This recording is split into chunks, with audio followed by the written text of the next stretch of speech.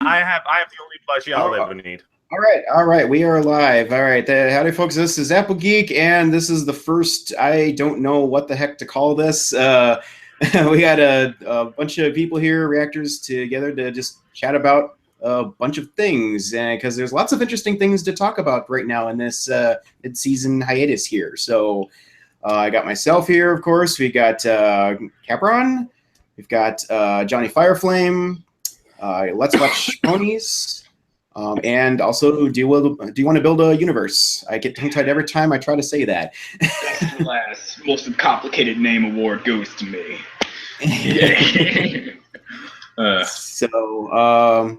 Looks like one of those names. Like, how are we supposed to pronounce it properly? What are we supposed to call it in public? Like, hey, do you want to build? Yeah, just universe is fine. Universe is just perfectly fine. No, you're not supposed to pronounce it. You're supposed to sing it. But then, what if I say, hello, Mr. Universe? Stop. You want to live in the universe? Okay, this is off to a great start. Yeah, brilliant.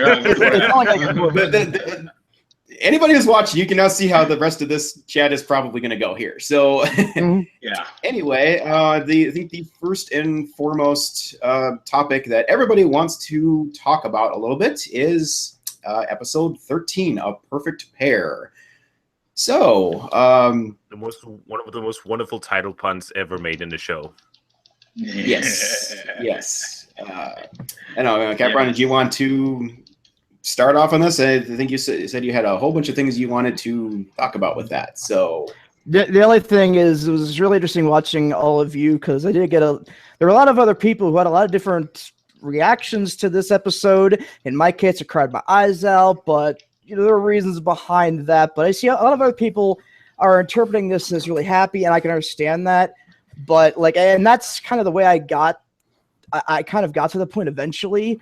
But it just, things were happening close to that date that just really, caused me to pretty much lose it. And I'm pretty sure it's personally my favorite of the series so far. So that's just the way I feel about it. I mean, I can't believe. I mean, beating Amy Keating Rogers' masterpiece is very difficult, but it's from a writing standpoint and from a musical standpoint, Crusaders is better. But from a personal standpoint, this just won. I mean, literally, we got episode 10 and then episode and 13, just in the span of that little bit of time, we get two amazing things. And it's two big bombshells this season thus far. So stuff we've been waiting for many seasons. Almost makes you wonder what surprises they got in store for the rest of the season too. Yeah. Yes. Let's go with flying, please. Yeah. No. Never gonna happen. Do I have to say just early viewers? Who's okay? Who's talking here? This is gonna be fun.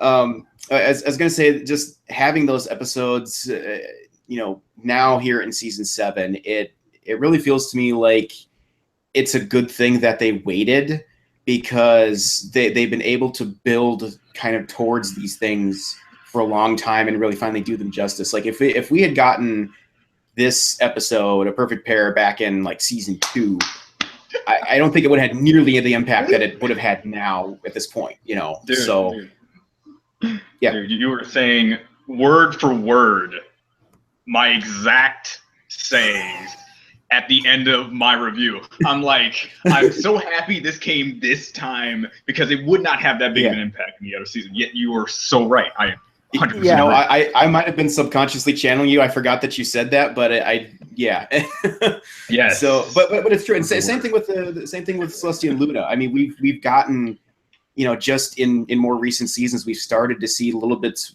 more of their character and stuff, and to actually.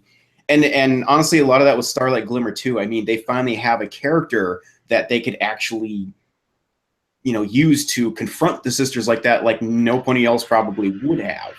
Yeah, I agree. I've heard, I've seen something regarding that, like some sort of interview where somebody in the show staff was talking about that fact that like Starlight Glimmer has been fantastic because that character has allowed them to approach things from a new angle and do things that they wouldn't have been able to do otherwise in terms of the story. Yeah. So Right, but one thing I think is relevant is, or to add to your point, we saw Rarity's parents a lot earlier, but we still know pretty much absolutely nothing about them. There's nowhere near the clamor to find out more about their character that there was just to find out something about AJ or Rainbow Dash's parents who we saw earlier this season.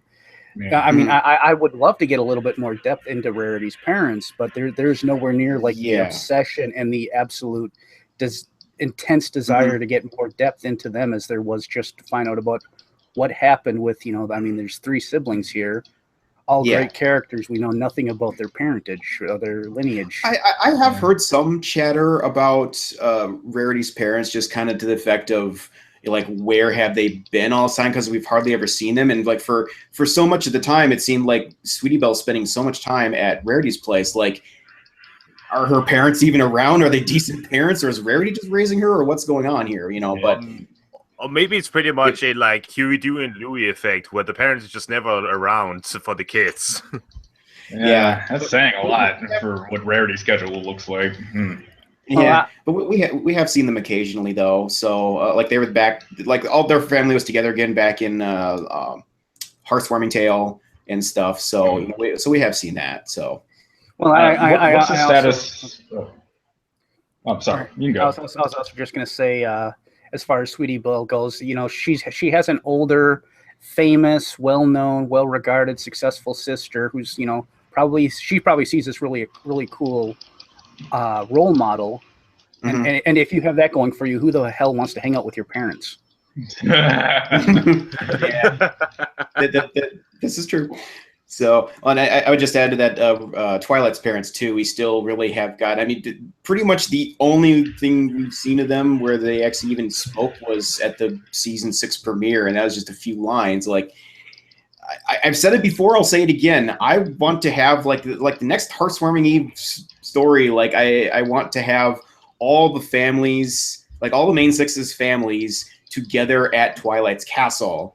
And just watch the pies, the apples, the pears now, and just all these families. Can you imagine Rainbow's parents, Fluttershy's parents, the pies, all of these together? Like, I think it would just be hilarious to watch the character interactions and stuff. Maybe episode 200 could be a family background episode. Another slice of life that involves the family. Just like, what do they do when their children are all saving the world and doing big things that they never got to do? That would be awesome.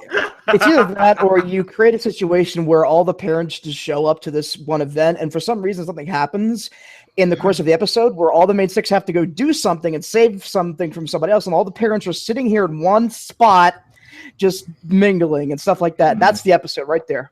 That's fine with me. That would be fun. Just and like sharing like little like embarrassing stories about when the main 6 were growing up, like flashback moments and things like that. Oh yeah, we already got a little bit of that with like Rainbow Dash's parents. I'd like to see more on the other sides. Yeah. Speaking of parents, by the way, who are the best parents? Who are your favorite parents, guys? Rainbow we have Dash. to know now. We have to know now. We haven't. Have we seen Fluttershy's parents? What episode was that? Yes, we have. That was another brother. I made a review about that. Yeah. Season 6, episode 11, I believe. Right. Okay, because here I'm thinking like that was like another. Okay, haven't seen that episode in a while. But if I had to go with favorite parents, I would have to probably. Okay, give me a minute. You always go first on these things. Geek, what do you think? It's obvious. There's no point. Oh man, I wonder. Yeah, obviously, I'm gonna say Rainbow Dash's parents, obviously. No, actually, Rarity's parents. Brett Mac and Pear Butter. I mean, how could I go with anything else? And I wonder who else I would choose. I wonder who I would choose. It's not hard, AJ. That said, I mean, just to make a distinction there, and they're best parents, but in terms of ones who are presently, alive in the show and whatever, I would honestly have to say at this point, Rainbow Dashes. I mean, they're just hilarious, but awesome at the same time. So I'd love to see more of them. Yeah, I'd love to see them adopt Scootaloo. It'd be really nice. My Really? favorite parents have to go to Rainbow Dash mostly because, well, since it's just parents and not family, I would definitely go for the apples. I have to go for the apples, but when it comes to like overall family, definitely Pinkie Pie's family. Not for one particular character. Not just because. I know you're a huge Mod fan. I know that. So since it's just mom and dad, I have to go over the apples because that entire thing. But if we're talking about alive or around more, yeah, definitely Rainbow Dashes because they had the most development in that one episode than any other parent besides apples, obviously. I heard you enjoyed a lot of rocks. Do you know where you can find a lot of rocks? Outside. In the universe. Giant floating balls of rocks, yes. I thought that has occasionally crossed my mind is just to have like Mod show up in like when was that 1970s or whatever US when the pet rock thing was going on and just like heavy breathing Mod. Well, did you see? Don't you have a freaking Mod plushie you can just pull out and show us and like for the situation? I don't No, know. I'm sure you have one. You have looking. No. No, you have a plushie. What are you talking about? Is this the thing? Like, do people think I have like every plushie in the world that I just rotate out or something? After pulling out that Derpy plushie, yes, I honestly believe you have every plushie you ever need in your entire life. All right, just show people that. See, I got this awesome little, mail mare. It's awesome. Showing it. You already have Daybreaker. Oh, You already have importantly. That's my crony right there. So Great reactions. Yeah, Daybreaker, yeah. I mean, 13 now into 10. It's like, what are we gonna talk? What are we gonna talk about? I don't know. 10 was a great episode too. We all saw that, so we could talk about that or something. I don't know. Guys, I just feel like I kind of glossed over this stuff, but have you guys seen all the are aware of like all the reference stuff, like foreshadowing stuff that they've tapped into back in older episodes for this episode, Perfect Pear? Yes. Like what? What do you mean, for example? Okay, I can do one of them. There's one scene in that episode where Grandpair was covering the pear trees with blankets, and then Granny Smith was singing to the trees. And if you go back, what was that episode again? You remember the actual name of it? Over a Barrel. Oh, Over a Barrel. Oh, okay, like that. Applejack is in there, like doing the exact same thing with her got apple a blanket on the apple tree and is reading it at bedtime story. Man, that is really good. All these writers. Oh, that's like season 2 or something. That's way back there. So that like they really it's either they plan for it or they're just like we can hark on that. We like put that in there. Either way, it's brilliant. Yeah, and the question and the awesome thing about that is too that like how did Applejack even do that? It was like an instinctual thing because she didn't know that was the thing the pears did and that she was even a pear. So maybe it's one of those things that's just like she gets it from her mother. It's like she got it from her mother. That could have been that could have been a thing from her mother or something. Yeah. There was also a bit. Well, of course, everybody knows, or I'm assuming everybody knows the changeling Applejack in the season 6 finale was eating a pear. So that was definitely, I'm sure, an intentional little bit of foreshadowing there. Oh, I didn't even know that one. Oh, you did? Oh, you never told me that. I thought everybody knew that. Sorry. So there's that, and then the one other one that I know for sure of is I don't even know that this was an intentional thing. I think this could have been just a happy coincidence. But back in Family Appreciation Day, there was at least once. I heard it was twice, but I didn't pick up on the second one. But there's one spot in that episode where Granny's calling Apple Bloom like a whole bunch of different, like cute pet names throughout that episode. But one of them is Pickle Pear. And I'm like, ooh. Oh. That may be a bit reaching, but still. Yeah, like I said, I think that might just be a happy coincidence, but it's still just kind of fun to go back and pick through this old stuff and try and find.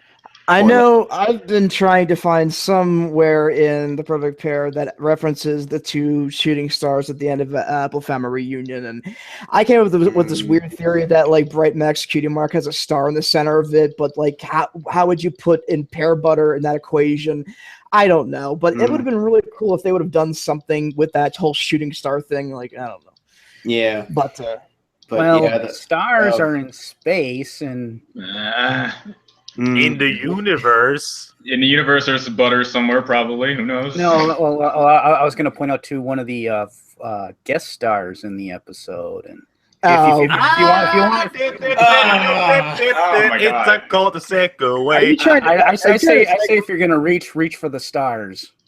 That was a good segue. Very good way. Very good transition. If I do say so myself, but if I can nerd off with the guest stars in that episode, like not William Shatner, funnily enough, because I haven't watched crap of Star Trek. The one I was very excited for was Felicia Day as Pear Butter of the YouTube fame. And first off, it's amazing to see how far someone has come from having this like YouTube channel show thing, and then suddenly, boom, you're on like a international TV show. Congratulations on that in the first place. In the second place, she did an amazing job as Pear Butter, but with the adorable little personality and her voice, and her singing is absolutely amazing. So I have only positives and gushing to say about her in that episode. I mentioned it in my wrap up of the episode, but if you haven't seen Dr. Horrible's sing along blog, check it out. It's an amazing thing. She's one of the stars of it. It's Joss Whedon actually directed it. It was a little thing he literally just threw together during the writer's strike a few years ago in Hollywood, just to get some of his friends' work and keep them relevant and in the people's news. But it's a very quirky, very sarcastic comedy thing with 3 episodes. It stars Neil Patrick Harris. Harris, who plays the lamest supervillain ever. Wait, you mean Barney? What? Sorry. Look, I'm tired. I heard Barney. Yeah, Barney is not a villain. Well, yeah, he's not. I can't even make a joke from being like, no, there's really nothing I can say. Don't make him like a villain. No. But basically, he's he's actually a supervillain who screws up majorly, but still manages in the end to come out ahead. That's How I Met Your Mother. What? How I Met Your Mother? No, I've seen that. Well, yeah. His character's name is Bart. Johnny, are you awake? I don't know what we're talking about. Yeah, I was just gonna say that the funny thing for me with Felicia Day, like I didn't know that name. Like when I saw that, Chris, like, okay, who is this? Like the name sounds familiar. I started going through like all the stuff that she's been in on like IMDb and got down. I didn't recognize most of it, but then I got down to the fact that she played Holly Martin in the sci-fi show Eureka, and that's what I mentioned in my commentary. And then I'm getting comments from people about like, that's like the most obscure thing to recognize her from ever. I'm just like, obscure? Like that was an awesome show. It was a really popular sci-fi show, but apparently for the things that she is known for, that's like one of the least known things for her fans or whatever. So I'm like, well, sorry, that's where I know her from. And I loved her character in that show. So it was awesome to come into, contact with her, or see something that she was involved with again. So, but I was very surprised at the level and range of her voice acting, because the stuff I had seen her in had been more like nowhere near like friendly next girl next door, country-ish type of voice, which I think she did a terrific job with in this. Yeah. Not only speaking but singing. Yeah. So the range that she showed there, I was very impressed with too. Mm-hmm. Yeah. And well, I was going to say, obviously William Shatner gave a crap. I know William Shatner, he's controversial because some of the crap that he's involved with, but I've obviously watched the original series 2 too many times, unfortunately. But you know, as far as him in this episode, he gave a crap. He actually did a decent performance, and I knew his voice immediately. But like, it was Yeah. All of them, I thought they did a really good job. I mean, you know, William Shatner, Felicia Day, I can't remember his name, but you know who played Bright Mac, and even Tabitha with Granny Smith and stuff. Just all the ranging that they did in their voices for their different ages. I mean, granted, having this, you know, the full, the older sounding voices out of the fulls, that was just like really that was weird. That was weird. It was Straight up weird. I have to wonder that though, as the voice actors, if they were reading the script and looking through it, if they knew what they were putting together was going to be as good as it ended up being. Basically, you know, if Shatner read it and was like, if I do this, if I you know, put all of his heart into it, how amazing this episode could be. I wonder if maybe that kind of maybe even instilled in him a desire to hit it up to another level, because it's been a long time in any form that I've seen Shatner put on that level of a performance. I would agree, actually. Yeah, but they all just they all just. What are you doing? I just see them moving around your camera now, putting on a backpack. Like, why are you moving? I am. It is almost time for me to leave this chat for like a few minutes. I need to put money in my account, and I'm looking for my card. I am sorry. Yeah, no problem. It was just a bit distracting. Like, what are you? Yeah, no problem. I'm trying to move, but also still listen to the conversation. So I'm sorry. It's fine, dude. It's fine. So, but yeah, it's just you know, they all did very well with, you know, changing their voices for the different ages. I mean, especially Tabitha. I mean, that young Granny Smith in that flashback at the, you know, the where they're selling apples and stuff. Yeah. It's like, man, that was so weird just to see her at that age and hear her voice like that. Like, is that actually Granny Smith? I know, and like when she's saying that little a lullaby to the tree, it's so adorable. I mean, she does such a good job with it. Yeah, and I thought that was actually the youngest we'd seen Granny Smith, but she was actually seen as a filly back in Family Appreciation Day in the flashback where she's telling the story about how they, you know, the Apples founded Ponyville, you know, way back. Oh, yeah. So. Yeah. But I think we've seen. I'm hoping to see at some point, and if I don't see this after a while, I feel like going and try to do it myself. I want to see like a side by side comparison of, you know, like every age that we've seen Granny Smith in, because I think we've seen, you know, like more age range out of her character than any other character in the entire series. So yeah. Since she is one of the oldest characters, we could see how progression works. At this point, the only age we're missing for Granny Smith is a sonogram. Sonogram? What? You don't have to explain. I can look it up. It's called the internet. Yeah. Okay. Anyway. So yeah. Oh, that's a sonogram. Okay. I was going to say, like, and I'm going to skip to all of the way at the end with the wedding scene, but like one of the things I really liked about that scene was just Bright Mac going and looking at Granny Smith's face, and you could see the pain in his eyes, and people were like, "Oh, that was way too fast." Pay attention to the background, and you'll see exactly this slight transformation where, you know, Granny Smith accepts pear butter and all that other stuff. Yes.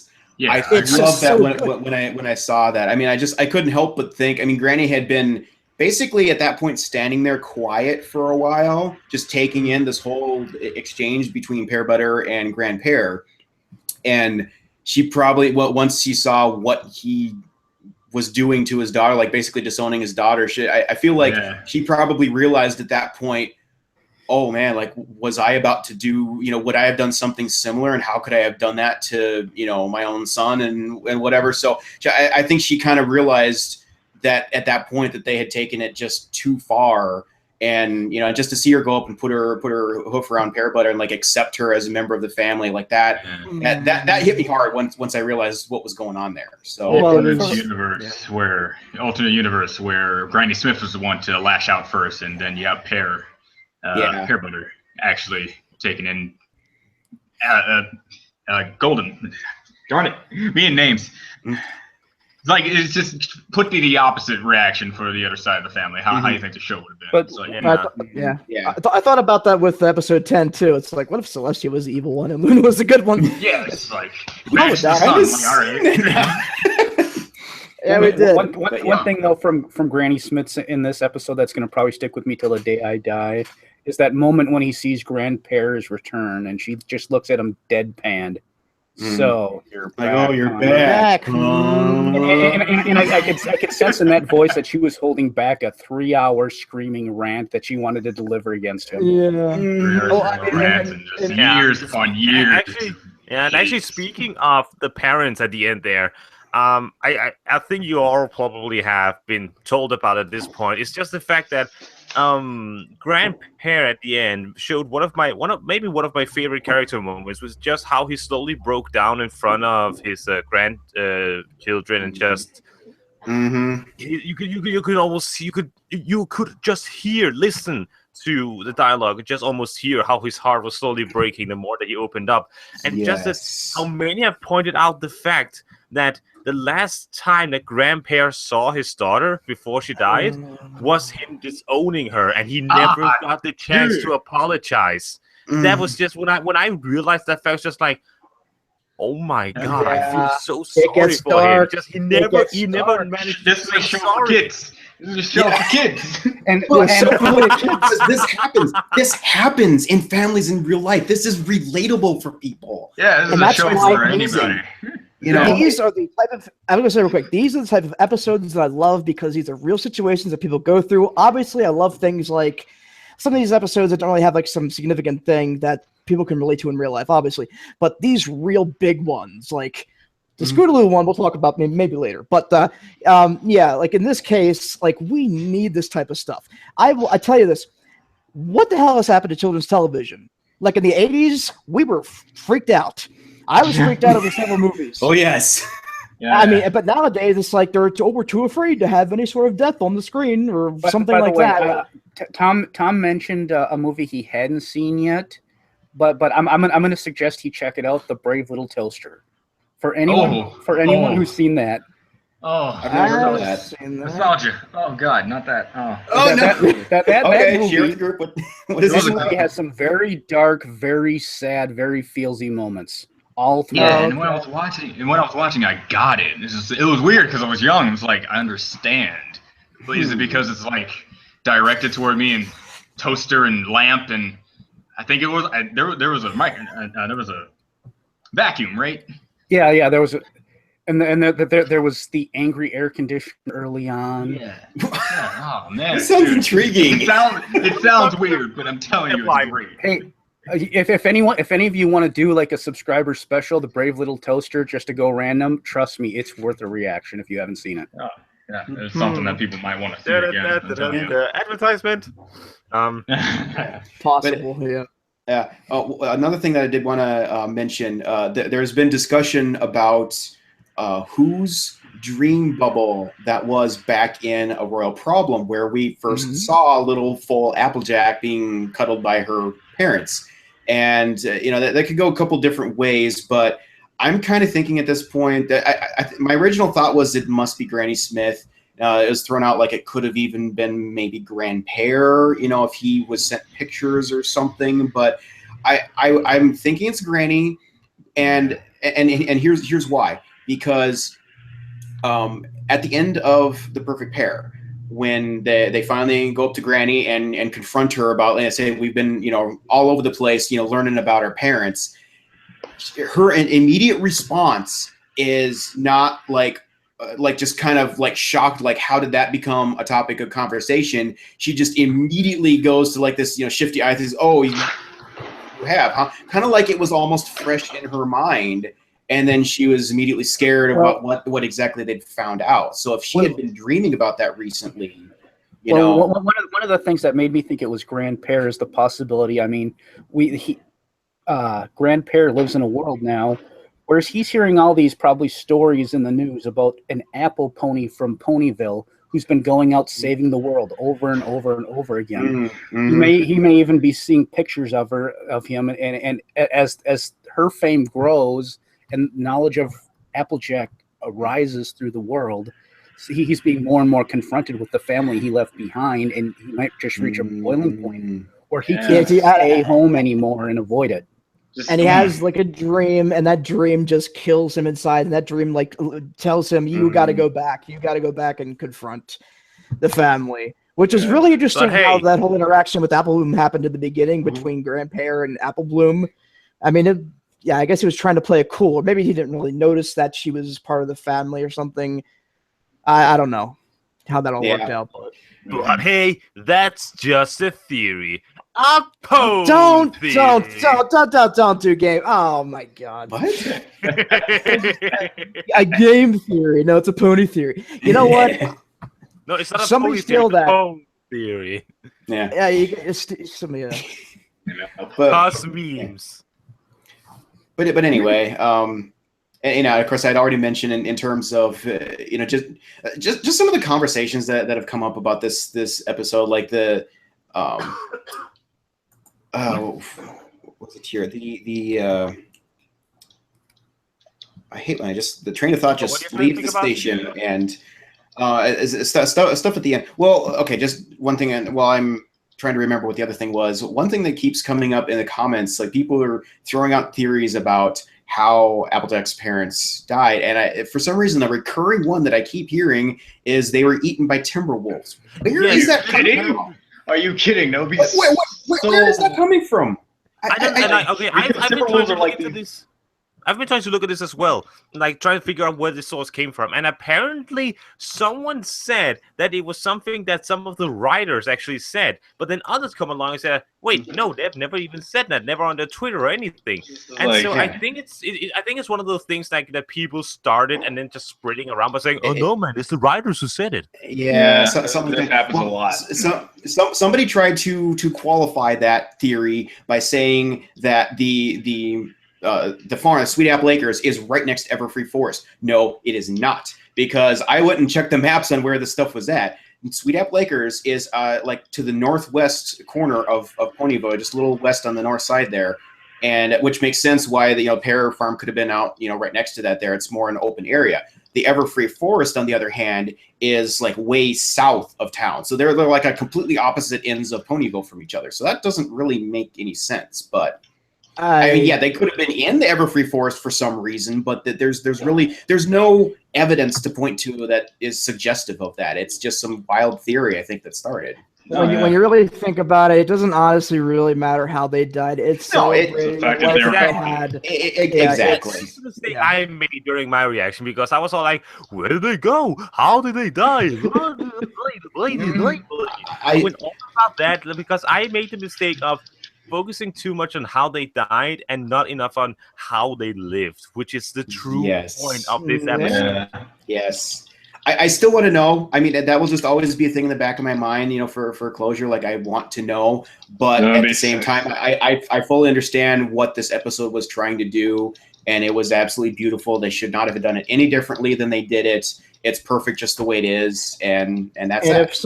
For some reason some writer decided to blurt it out without if we were to write this is how we would have written it.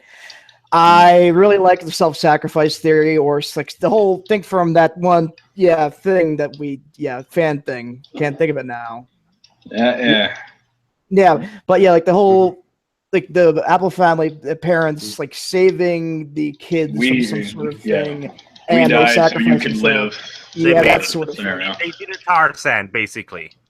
The other thing I finally remembered here, the other thing that's been talked about a lot is there's a lot of discussion regarding like why didn't Applejack and Big Mac seem to know anything about their parents, because they should have been old enough to know who their parents were. That is true, but it really wasn't that way. If you really look at how this episode went, the episode started out with the revelation for Apple Bloom that Pear, we can't have Pear stuff around, because anytime there was some sort of a family feud, that's all Applejack and Big Mac knew about it. It was that there was a feud. They didn't know any details, and then they knew that anytime it was brought up, it made Granny just ridiculously mad to the point she couldn't even talk. So they just always tried to not talk about that stuff.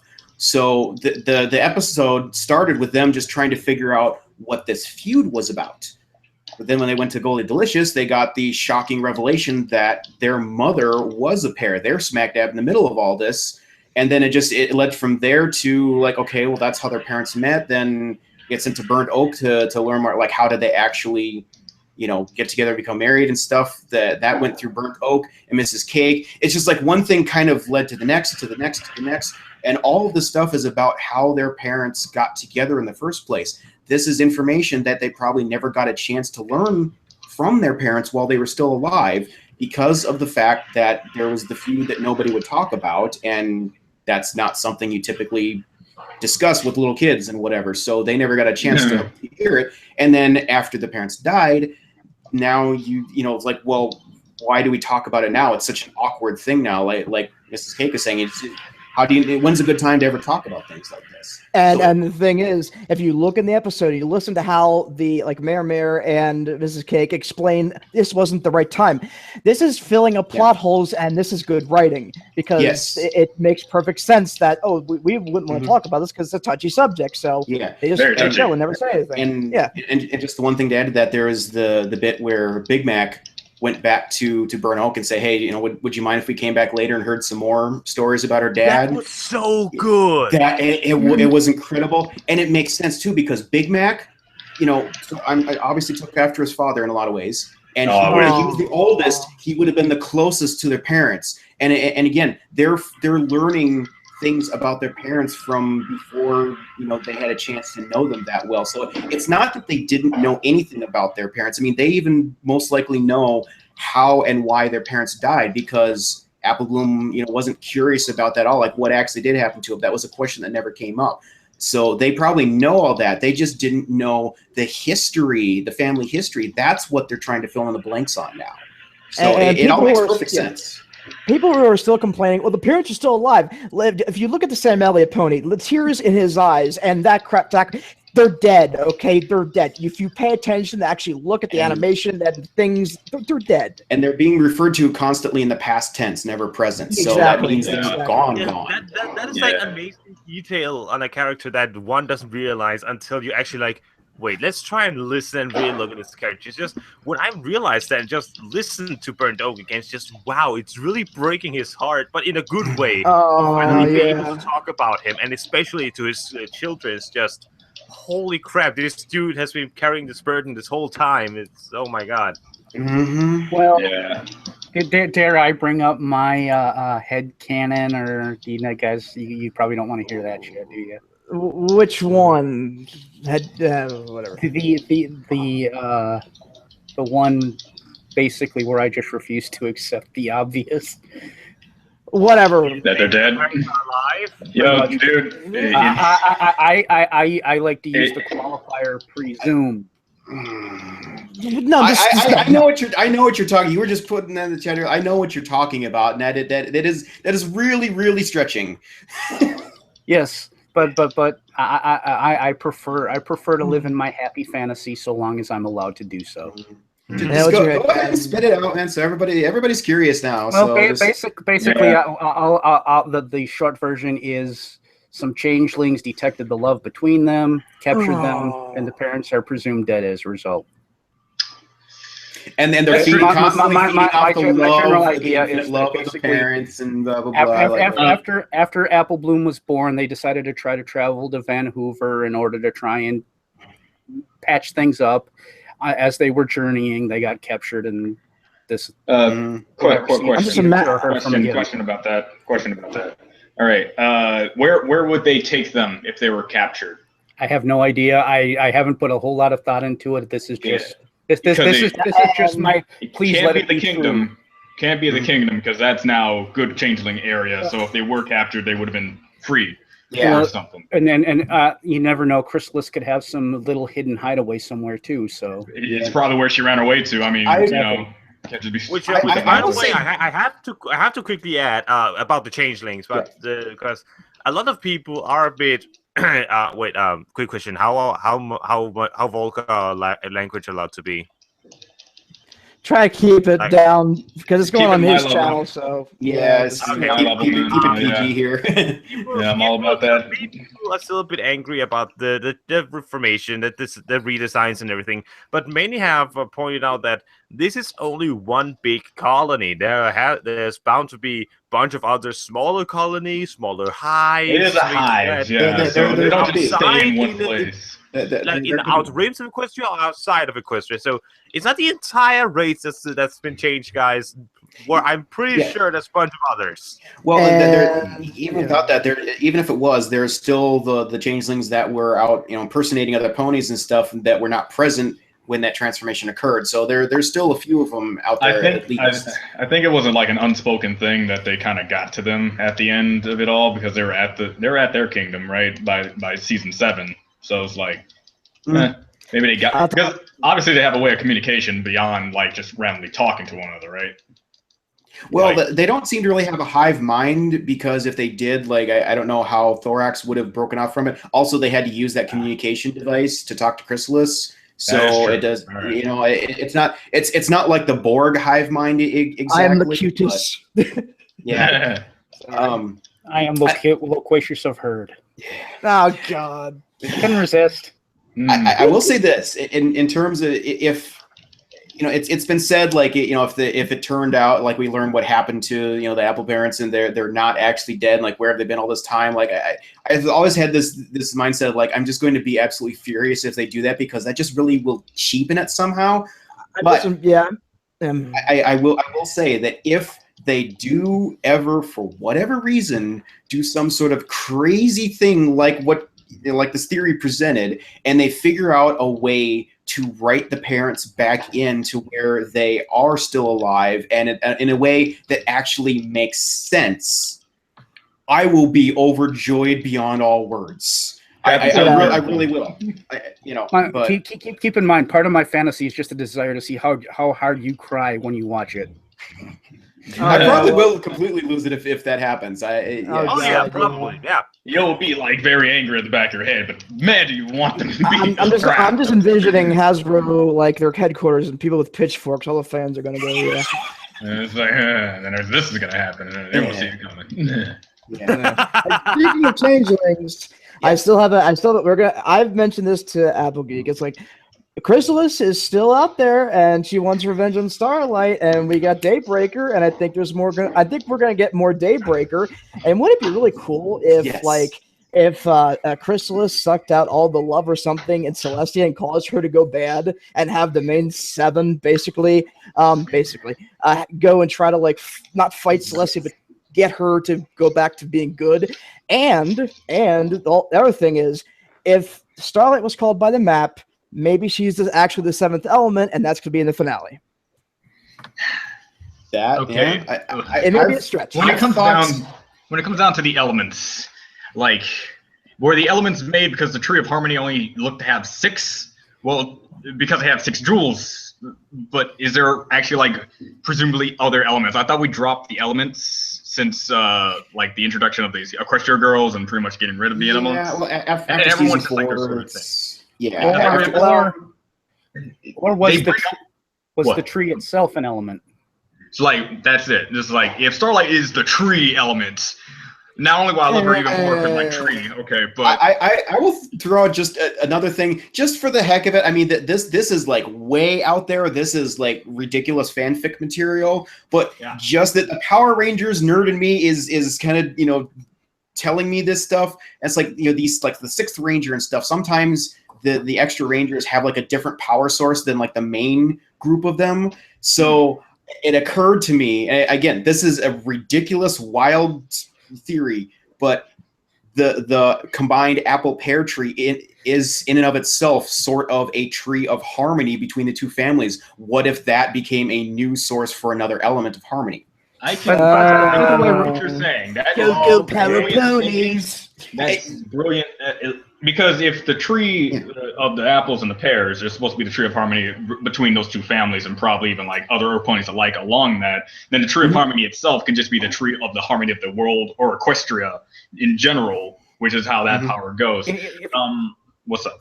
Oh, I have a small digression. What is Starlight's cutie mark anyway? a It's a It's a kite. It's like a kite. She loves kites. Yes, it's a kite in form of a star. We need her Cutie Mark story. We desperately need Starlight's backstory and Cutie Mark's story. We know her friend, how he got his, and it's like saving from some books and all that. That's impressive, I guess. But I want to know about the kite thing. That's gonna be cool. Well, I think they're probably going weird thing she found out to fill out the void or something. I can see that. But she uses like magic at first. Like maybe she couldn't get her kite to fly, and then she's like, maybe if I use magic to pick it up a bit instead of just running or something. I don't know. Well, by the way, Applegeek? Yeah. Applegeek, the thing you said before, so like, what is the Starlight's source of power and everything? Like, it's obvious. It's her incredibly unstable emotional spectrum. But it's so. She does cry a lot, but yeah. And she can apparently ooze anger out of like manifestation and put it inside of a jar. So I'm like, okay, sure. That was a great episode. I don't want to hear anything of it. Exactly. The song was so freaking. Yeah. Just that whole damn thing, and like, I'm sure they'll burst out into song while they're going into little friendship quests, and it happens. And look at that, being more self-aware. It was amazing. From the very beginning of the series, they're really self-aware about their music timing. Just like, what is she singing? Yes. Just like, this is going to continue, and I love every single time they do that. Like when Appleloom got interrupted singing in that one episode, like, dude, I love this series for how self-aware it is. Yes. As far as self-awareness goes, the entire interactions between Starlight and Twilight in the A Royal Problem. Every single time Twilight was being over the top, and throughout it all, Starlight was just getting more and more angry and annoyed. I'm not being any help, am I? She just face plant, horn plants into the table. Yeah. And then she just ended up putting her into the cupboard. Just down you go. Yeah, silence. Stop. Twilight was so absurd. She was ridiculously adorable in that episode, but I realized Twilight became Spike for that episode. She was fulfilling Spike's role as like the comical, sidekick character. It was glorious. Where's that horn? and I gotta say too that I loved how at the end when she popped in at the end there and it just going on this crazy tirade, tell me everything, and just drags her off. Like Celestia doesn't even like bat an eyelash at that. It's just she's so used to it. She was her teacher after all. I'm like, man, it's classic Twilight. And if Starlight has the same look on her face, but it's a more annoyed, here we go again look. Exactly. Yeah. The exact same. Twilight's freaking out antics. It's wonderful. Now, and then she's gonna secretly, Celestia's thinking now she's the one who has to put up with it. I just love the people that were complaining when she became a princess. Well, she's not going to be the same character. She's not going to have the same things that she used to have. Bull crap. She is exactly not only the same. She's also improved and expanded upon. Yes, improved. Yes. Change is not bad, you guys. Yes. Oh no, bad change is bad. You see, this is turned into the Starlight Glimmer show, and I can't really get behind this. I don't like shows that evolve and change over time and become better by, mixing it up a notch. It's not sticking with the old stuff. And man, I hate three-dimensional characters. These are so one-dimensional. I want this person to oh no, what are we gonna do? These are the guys who think that the last episode or last season of The Simpsons has been the best so far. Oh, yes. Oh boy. All right. That's cool. I do gotta say that to shift the topic a little bit, with the Royal Problem, Celestia and Luna, that back and forth where they were getting right in each other's faces was like the most glorious thing ever. Like to see them have an actual sister spat over things and it's just, it was great for Luna, but we've gotten some more depth and dimension to Luna before. This is the first time we really dived in with Celestia, and just to see her go from this, I love doing pancakes. It's it's so much fun. I love to do it, and then turn around and she's just like, I get to get talking about Luna is like, you get to fly around, giving everybody dreams. Oh, it just sounds so awful. I just about died when I heard that. It was so great. Yeah, you got it so rough being the pretty dream fairy running around every night. Okay. All right, guys, I'll be right back. Give me like 10. No problem. Time me. 15 minutes. Go. All right. I'll Well, then I time can't, you. I actually have All right. my timer on. Going. Well, But you know, it was so much fun to just see so much more depth to these characters, and it just makes them so much more relatable now, and whatever. They're so much more real. Like we finally got them to drop this regal air that they had about them and see what they're really like behind the scenes. And yeah. You know, eventually we're going to have to talk about the whole Derpy thing with the thing we were talking about last night. Oh yeah, well we're not going to do it with Jung. We're going to wait. Yeah, we're going to wait. I just want to mention that. We can segue into the movie, but I don't know. Well, I don't want to talk about that without him either. Yeah, well, if we're still going to talk about, if I can quickly return to talk a bit more about the Perfect Pear, because I want to talk more about the Perfect Pear. Maybe one of the best songs ever in the show is being played in that episode. I just want to talk about that song because the music itself, it's very simple. And the lyrics mainly could also maybe say it's cliche and typical "woo, I love my partner" kind of lyrics, but despite how simple and kind of cliche everything is about the song, it all still works. Not because of the song itself, but because of who it is from. The context of the song is very important. Who it is being sung to. It's just those factors made this relatively simple song almost masterpiece because of the setting. That is when a song is good, when it works itself so perfectly into the setting with the characters and the surroundings and the stories. Is when all of that works, you can take a small jingle and make that crap the best, catchiest thing ever. Yes. Yeah, like absolutely. The imagery though, as that song is playing too, was just so next level. The little drawings. For me, the two that'll always be there when they're walking through the winter storm, wearing the same scarf with their heads together. Yes. And then you get to see them. Pear Butter is pulling weeds. Then she gets out on the field the next day. The weeds are all gone.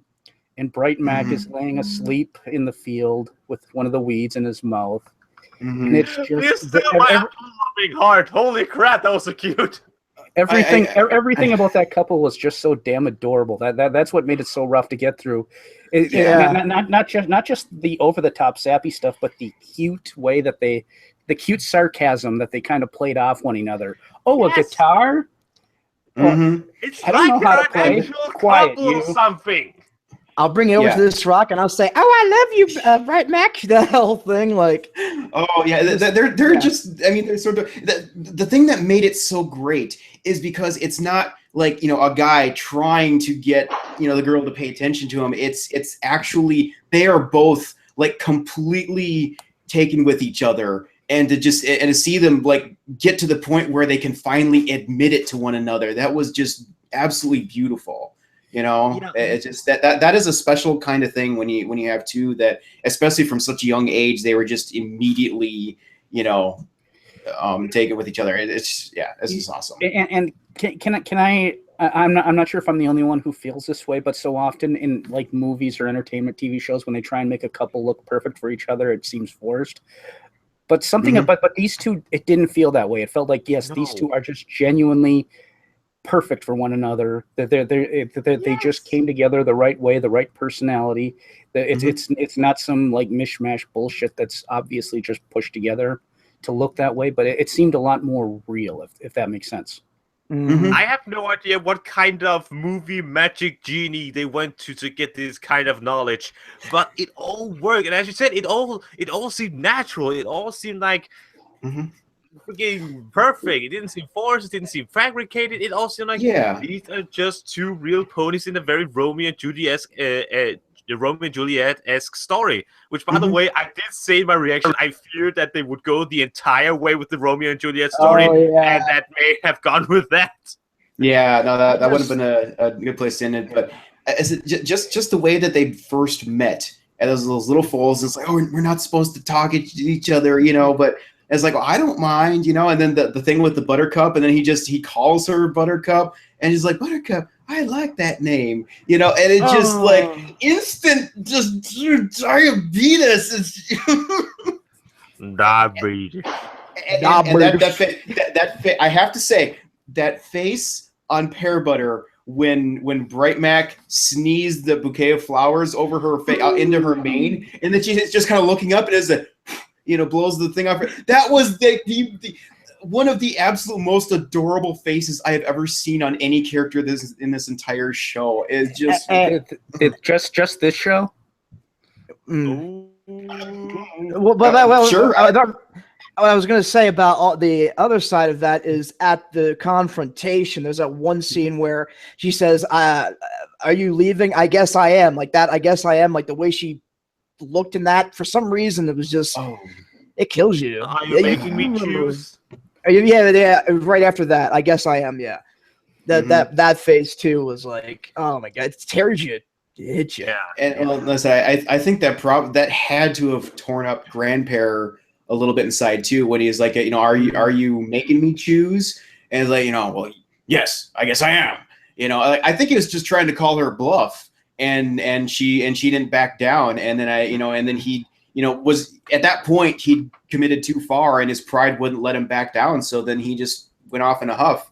But I think he knew even at that point it was wrong, but just his pride just got in the way of everything. So yeah, they didn't show it on camera, but I think that a small part of his heart just aches at that moment. It's just as tiny part of him regretted that, but as his pride, the feud, his anger, is just it all overclouded, and it's just like, no, this is the right decision. She is the default, and just walked away. Yeah, and something else about this episode that kind of got me is the opening scene with Apple Bloom meeting Grandpair, and the way he's just cool and collected and is able to act calm and without much problem right there, even though inside his head he's got to be thinking this is his granddaughter. I kind of take that as a real thing too, because a lot of times when I've had to deal with difficult things or discuss traumatic events, you can go through it fine, no problem. But then once you actually have to directly confront it and talk about it, that's when you start to lose it. And at the end, when the Apple Bloom and Grandpair have that, there are two finish him moments. Those are the two moments where the tears, the liquid pride starts, and that's the confrontation between Apple Bloom and Grandpair and the tree at the end. The tree at the end is a nail in the coffin for me. Yeah, having liquid. Yeah. I was gonna say when they went to finally confront Grandpair, and you hear Apple Bloom off screen, he's like, "Excuse me, Grandpair." Just the way she said it just like breaks your heart. It was so cute. And the way he says, "I'm so sorry," like that whole. That is one of the things. If I can gush a bit more, go ahead. You are just doing that already. One thing I absolutely love about that ending is how they changed the stereotype of the angry old man who just can't let go of the feud of the grudge. No, they actually showed a poor old man who finally, after all these years, had gotten over the grudge and wanted to return to try and get into his grandchildren's life. It's just, I am so happy to go with that. No, I do not want to be with you at all. I just came here because of bullshit reasons. But no, I am so happy that they did the way that they did with both the grandparents. Even Granny Smith could have been like, I still have my grudge against you, sort of thing. But no, they also made her freaking kind of forgive him. I know AC Ray Smith had a PTSD for that word. But yeah, they forgive each other. And it's just, that was so good. I am so happy they did that. Yeah, they definitely took a lot of things and just harped on it, because I was half expecting throughout the episode, I was half expecting Grandpair to just kind of be like Granny Smith and be accepting of those two, but it was a nice surprise on the end that no, he did not just say, okay, this is like a heartwarming moment, I'm just going to conform to that and be like, yeah, I accept you two together. No, he's like, no, I will not accept this, and it's going to weigh on, and it shows the weight on him later on. I like that. Yeah, it goes a darker route. Yeah, go ahead. I'm not saying anything. Go ahead, Ryan. By the way, Universe, you were gone for almost 7 minutes. Yes. Hey, that was bad. That was. Well, I was just going to comment on that other just cuteness moment that gets to me every time is after Mayor tells her story, her part of the story, and they shoot back to the siblings and Apple Bloom. Yeah. Oh yeah, Yeah. she was hugging Big Mac. Big Mac, yes. Oh, And I love how they maintain the continuity with her hair too. I loved how they did that with Mara. That was yeah. Because we started that was dying good. at pink one time trying to get her hair back. So yep, But- it's true. It's like that. Yeah. But no, I love. Listen, in terms of there being a moral in this, it was that basically was the bit with having a few like that, having disagreements over silly things that tear families apart, and there's not many families. That there's a lot of families in those situations that never do resolve things, or at least until it's too late. And here it was kind of almost in several ways it was too late, but it wasn't completely too late because he now got to come back, and they're embracing him with open arms, open hooves, whatever, and want to allow it's like, hey, we're all family, we'd love to get to know you and have the family back together again. And it kills me just thinking about, I said, if the pairs had stayed there, if they'd worked out their differences and started working together, like what would those farms have looked like? And what it's like, I haven't really been hearing about this, but I've been just thinking in my mind, like there might be some people out there that look at this at Grandpair and just like hate the guy's guts because it's basically because of Grandpair that and even actually I have seen this, some people are mad at Granny Smith because she was kind of equally wrong in some of that created this feud. And it's like because of those two, that's why we now have that's why we haven't learned about the Apple parents till now. That's why there's been so much so many issues with their family and all this stuff, all these things that we've missed out on. It's because of them and their silly feud. But for me, I'm just happy to see that he's back and sorry for what he's done and wanting to do the best he can to set things right, like that right there. I have no ill will towards the guy whatsoever. I hope we see him again. I mean, he's this is great. Well, as far as it goes, though, I've kind of for a while had kind of a personal saying that the only way you win the game of revenge is to stop playing. And that's kind of how the idea with the feud. And at the end, you kind of got that little back and forth between Granny Smith and Grandpair, where they give the little light jabby insults. You got prickly old pear, you old crab apple. Yeah. You can kind of hear it. So fun. You can kind of hear in their voices the tension just kind of leave the atmosphere, if you know what I'm saying. Yeah, I think Granny Smith has just realized at that point, carrying on the anger and the feud right there at this point is pointless. All that's going to do is cause more suffering probably. So there's not much, how much time do they both have left? Might as well enjoy it with your family rather than carry on the argument. And I will add to that, there is a certain thing in regards to never telling, the siblings about this feud and stuff. In some ways, that was not fair to them because, like I said, that there's a big part of their lives that they didn't know was missing until they heard all this. But at the same time, there is a positive angle to that, in that by keeping this from them, they weren't raised in an environment where there was, they were being taught all this hatred against the pairs for no good reason. As such, they are completely unbiased in that now and have no problem accepting him back. So that things could have turned out a little different had the pairs stayed and the feud continued. It might not have turned out nearly as well in certain ways. So, yeah, but this was about taking risks and him not. It was reality. It's not everything's not a fairy tale. Everything's not a fairy tale. That's the point. Yeah. Anyway, Sorry if I'm a bit distracted at the moment. It's just because the sun just came up. Oh wow! Yay! Well, sun's down. Yeah. Here comes my sun's just went down. Do you want to segue, or are we gonna still? Okay, No, okay, go can I ahead. mention one last adorable scene from that episode? Yeah. Go for it. Mhm. Because I can't stop gushing apparently. But one of my favorite adorable scenes from an episode is actually the part where like Bright Mac sneezes on pear butter and adorable Mrs. Cake or Chiffon Swirl, I think her name was at that time. Yeah. Yeah. By the way, I don't get it.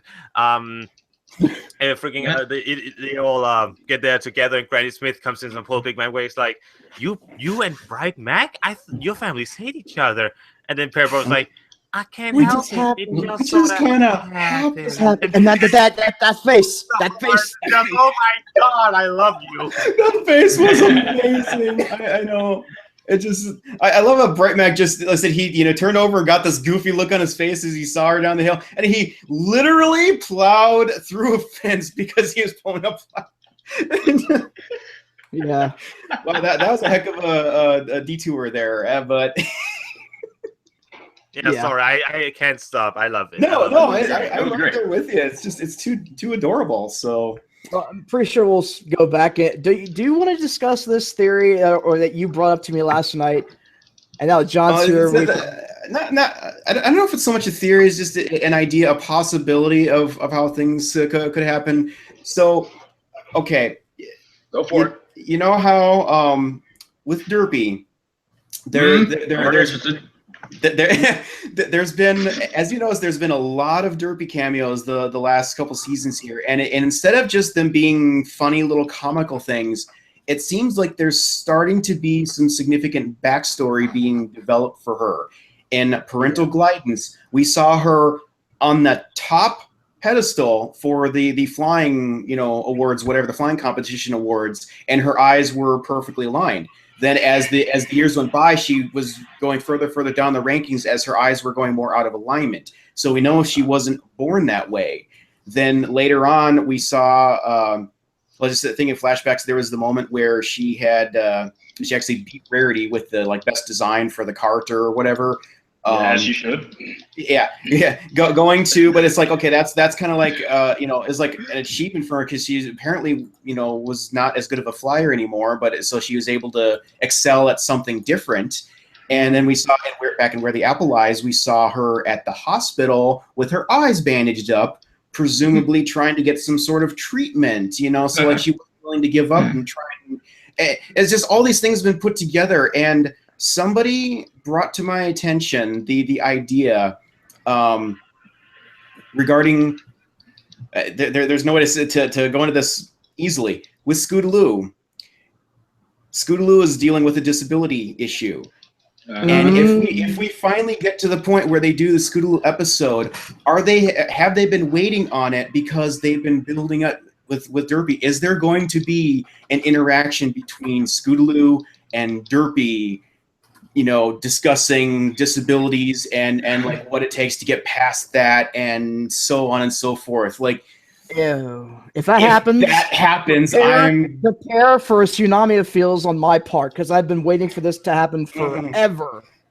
And yeah, and I'll tell you one thing. They're better not. Nobody better give a crap about. Oh, you're making fun of disabled people. No BS. Okay. No. That's stupid. That is. No. I can't. If people start that.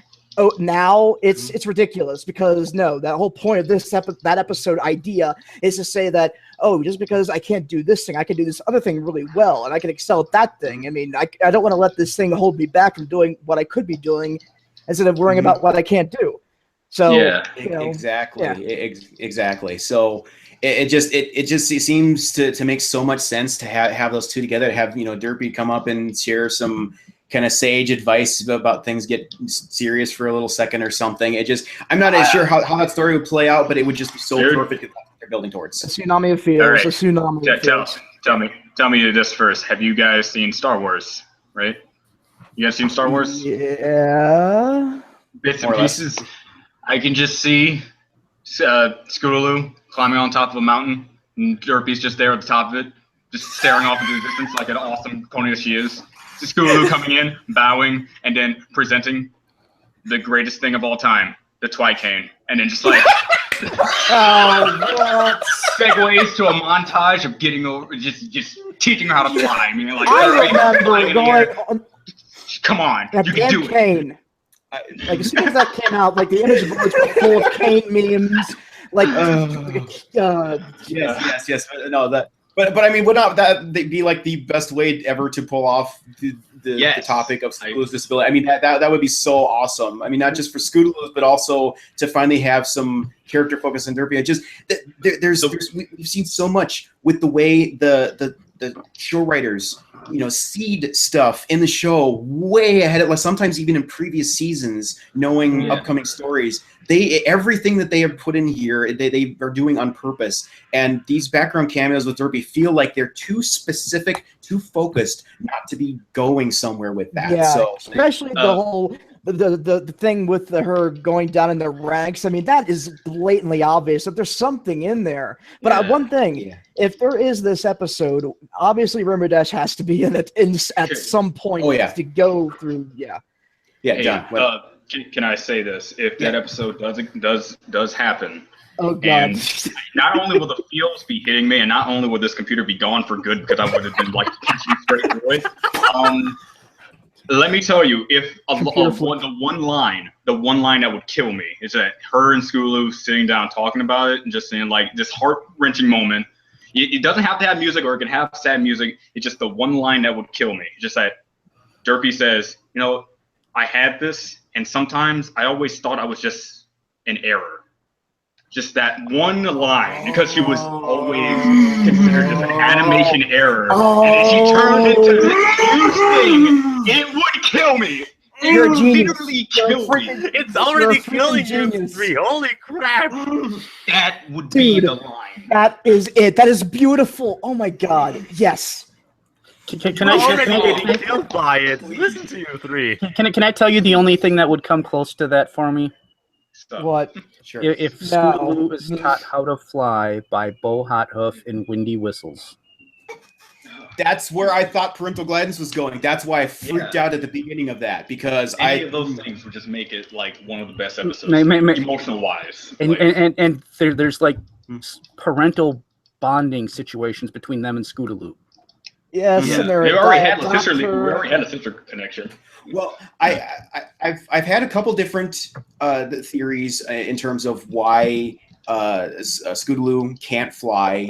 Like in universe, headcanon theories. One of them being magic, that it's the magic. Kind of like the just briefly like the Naruto chakra type thing. There's like a magic circulatory system in their bodies, and it's for some reason deformed to the magic power isn't getting to her wings the way it should be for proper flight or some such thing like that. But the other thing that occurred to me, and this is actually a lot more feelsy type of thing, there was talk from Rainbow Dash back in Top Bolt about how confidence is an extremely critical component of being a good flyer.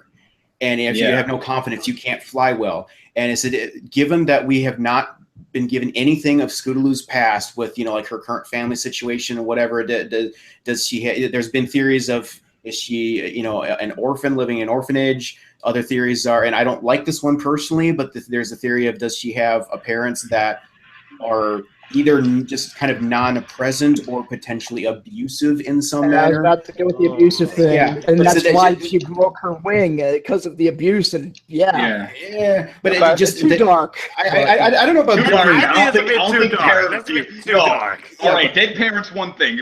Child abuse?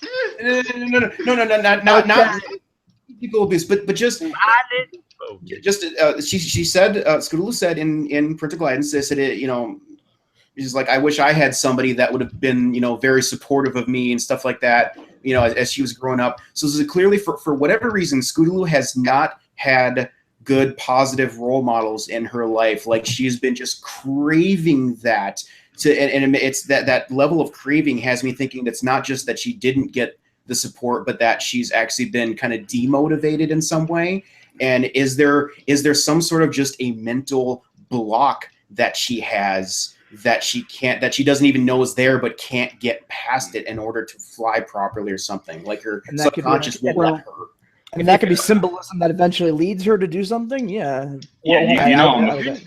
I'm a Phoenix Wright fan, so the immediately comes to my mind is like Cyclops. Just like you talk to her, then suddenly you got these chains of her memory. She wants to talk about it, but she can't because it's like so far deep in her subconscious that she cannot tap into it. And unless she works it out, she can't fly. So yeah, I get what you're saying, and I hopefully they take that route. I don't have any objections to that. So. One of the things, though, is if you take a look at some shows of the past, like popular pop culture shows, well, they will occasionally, a lot of the great ones occasionally will take a side tangent and go into something like really deep, really meaningful, emotional. And if they did go like the abusive parent route, can you imagine what the Feels crew on this show could do with something like that? I mean, if you think back to like, Fresh Prince of Bel-Air when Will got shot. Dealing with a real serious, hardcore, troubling issue in real life. And that was considered a comedy show too. It's like, in my head, I'm imagining Rainbow Dash's parents confronting Scootaloo's parents. It's like, where were you? Hello. And going into something along those lines. Intense moment right there. We did more parenting in one part of an episode than you did in this entire series. Like, that actually, just that comment makes me think of another episode of Fresh Prince of Bel-Air where it was a thing dealing with Will's dad. And it's like at the end, like, why don't he want me, man? Why doesn't he want me? Yes, and that was oh my god, it was supposed to be. And the reason why it did is because that was meant to be a scripted thing, but it actually hit home so deeply for Will Smith himself, like he could relate to that in his own personal life, that he stopped acting and it was him being real. And it just, that emotion just poured out, and that was so powerful. That's why I like Will Smith as an actor. He's not afraid to tap into his like real self. I'm just like, But, and I just can't help but think if with the writers that they got on the show, the way that they can work the Feels, if they really wanted to hit home on something hard and heavy like that, they could just destroy a person with emotion. They already shown multiple times they could do it. But anyway, just kind of to move things on here, it's like, we've been talking about how this season, we're in the middle of season 7 now, and so many episodes have been focused around family. In the season is basically family and personal character development has been all they've been focusing on. There's been no like big action adventure, world altering event type things yet. And it's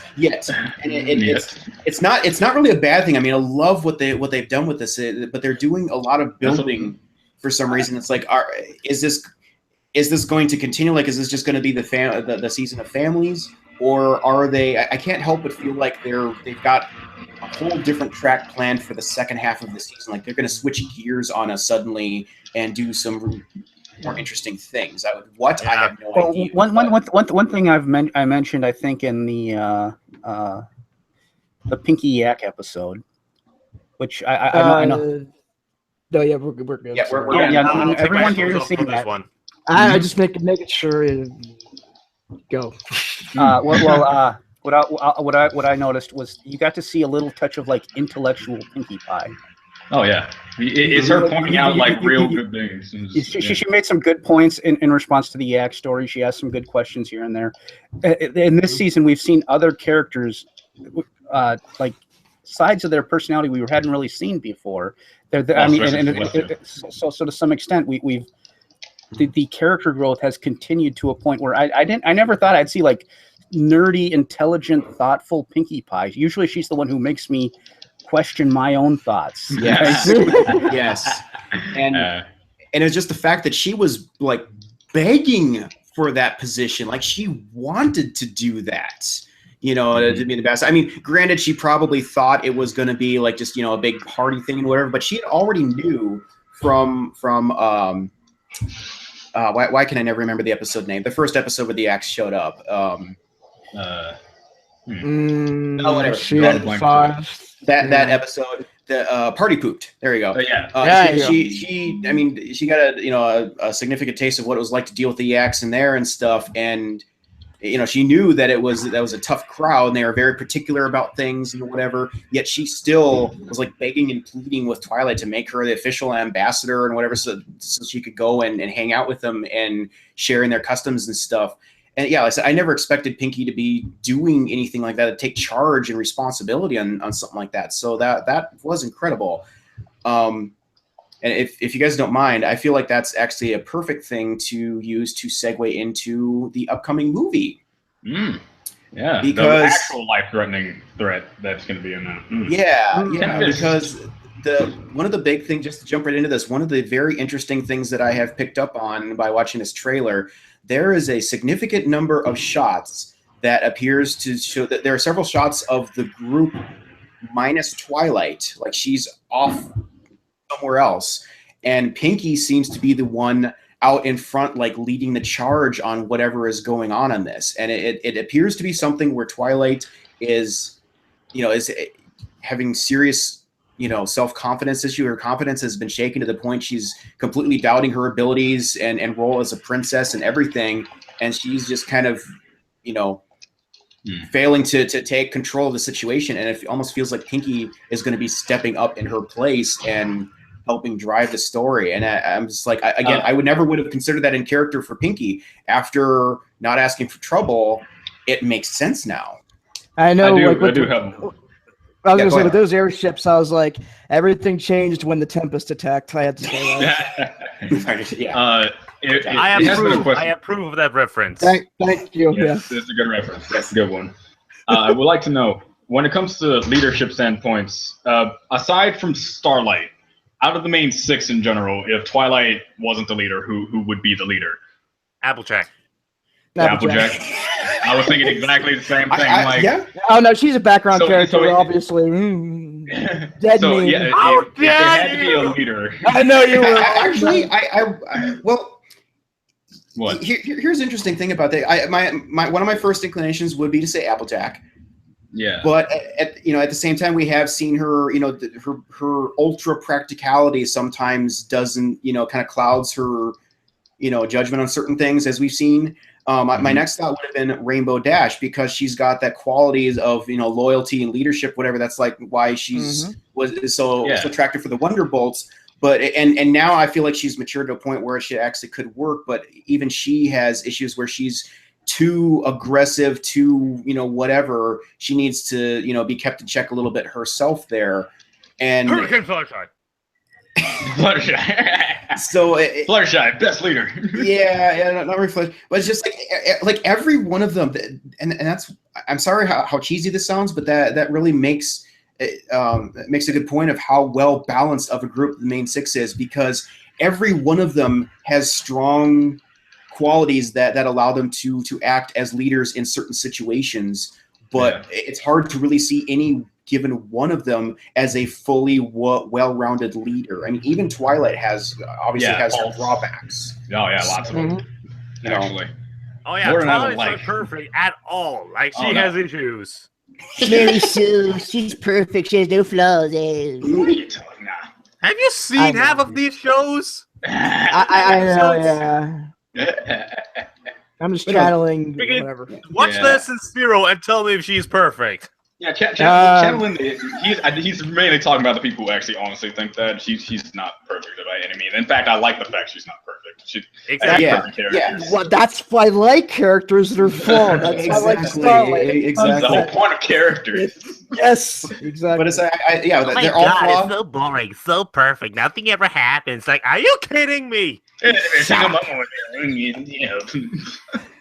But yeah, they're all flawed, but they all have very strong qualities too. And so I don't hate or even really dislike any of the main 6. I mean, it's no secret that Rarity, occupies my least favorite of the main 6 slot, but that's really not saying much anymore, because it's like all the characters here and then Rarity like here. I mean, they're all right together. They've all got fantastic qualities. They've all grown very well throughout the seasons, and it's it's really hard to bash any of them. I just don't see any point in it. They're all great in their own way. Yeah. Mm. Yeah. And by the way, now that we are slightly talking about people complaining about stupid things, oh no! Can I quickly say that I'm tired of people who are still going on about the cast, like, I want the tree back. Like, the tree was wonderful, the library was great, But still, Oh, Hate you too, destroying Johnny. the castle is there. Oh, Move on no. and get over it. oh no.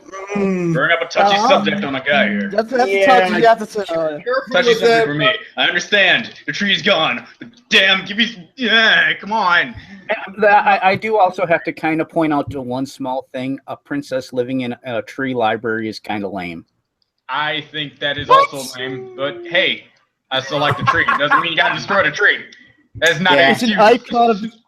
icon of Ponyville. It's like, yeah. I just wish that, like John, as you were pointing out, like name one significant thing that has happened in the show that is Like centered memorabilia. around the castle. There really isn't anything, and that the castle has not been.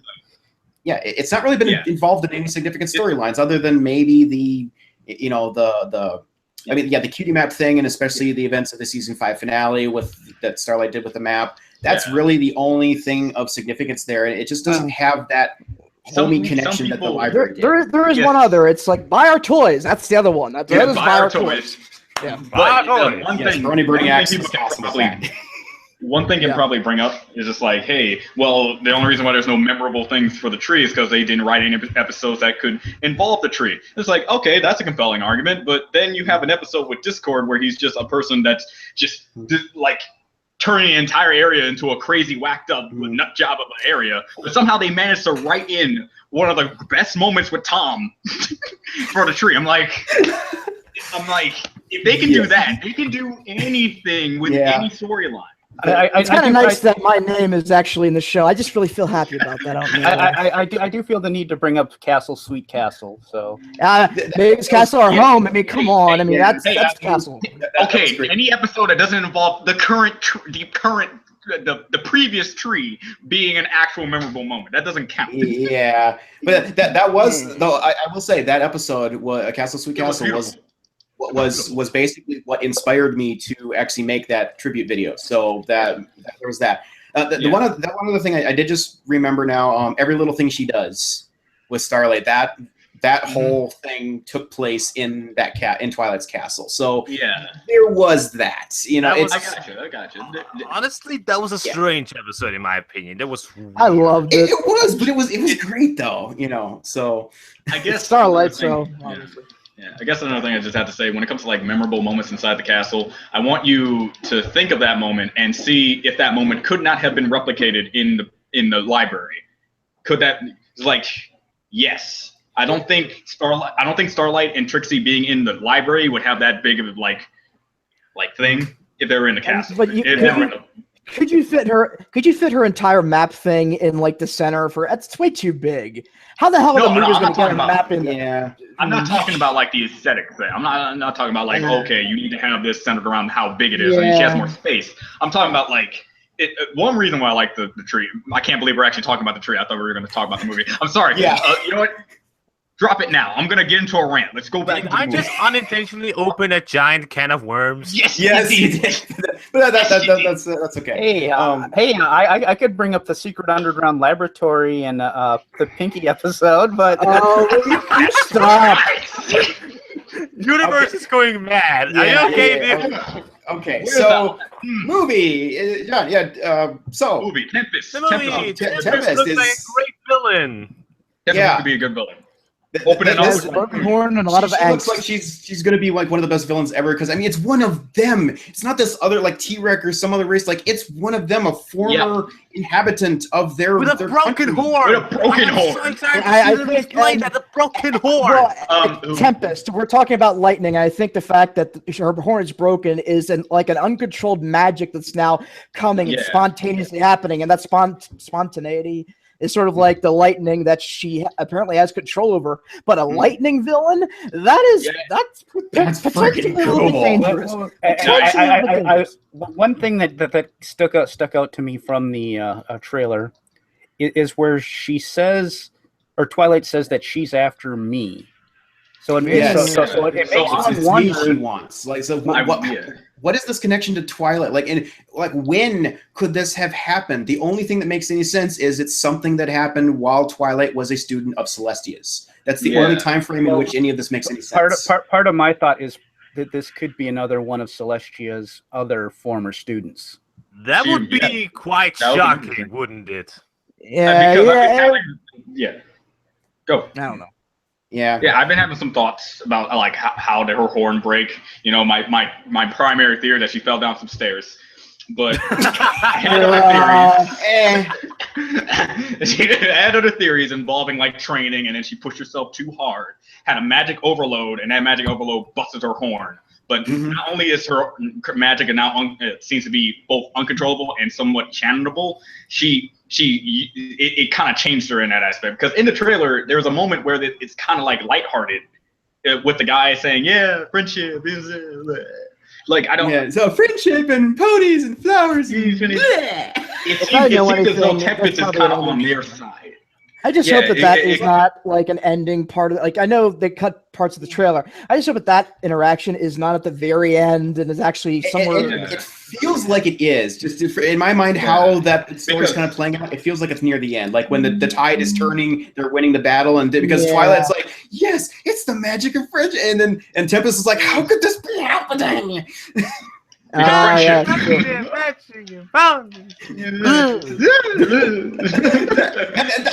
can't take that villain seriously. I mean, he's Storm King. He's supposed to be like the big bad villain in this, and then he waltzes in and does that, and like his what? Yeah, that's one of the reasons. Guys, you can't take seriously. How about the little gremlin thing? Yeah, I was gonna say, well, yeah, Michael Pena, I think. I can see him being voiced by Corey from Corey in the House. Well, he was in Ant-Man. He was the guy in Ant-Man, so I think he's good. Yeah. But the call upon the sea ponies. I think Johnny has a couple things to say. Johnny, why don't you go talk with the sea ponies here, Johnny? You got anything to talk about? Oh my word, people! Okay, I wasn't expecting this reaction. We lost two of them now. I'll just wait. We're gonna sing a random song and then just leave. What's happening here? I just hope that like if they do the do whatever, it better just be a reference. But if they do. But you know, if they do a song, they will. You know they will reference it. You know that they will. Them sneaking by. I hope. You know they will reference it. Look, if they are gonna reference it, I want them to be like, well, you know, if we're gonna sing a song and dance, be like, well, shooby-doo, shooby-doo. We don't care. We got a Tempest to beat. I would like that, but no, you know they're not gonna do that. No. Okay. Sneaky bastards, you know what they're gonna do. I apologize if you hear booming going on. There's fireworks outside my window. So, John, I know you are not a fan of this song, but Johnny, are you on the other side of that, or are you hating it too, or where we stand here? I just find it kind of obnoxious, to be honest. Yeah. Okay. Luna's going to be visiting my nightmares when that movie comes out. You know that a song is annoying when the only part of it you can remember is Shabby-do.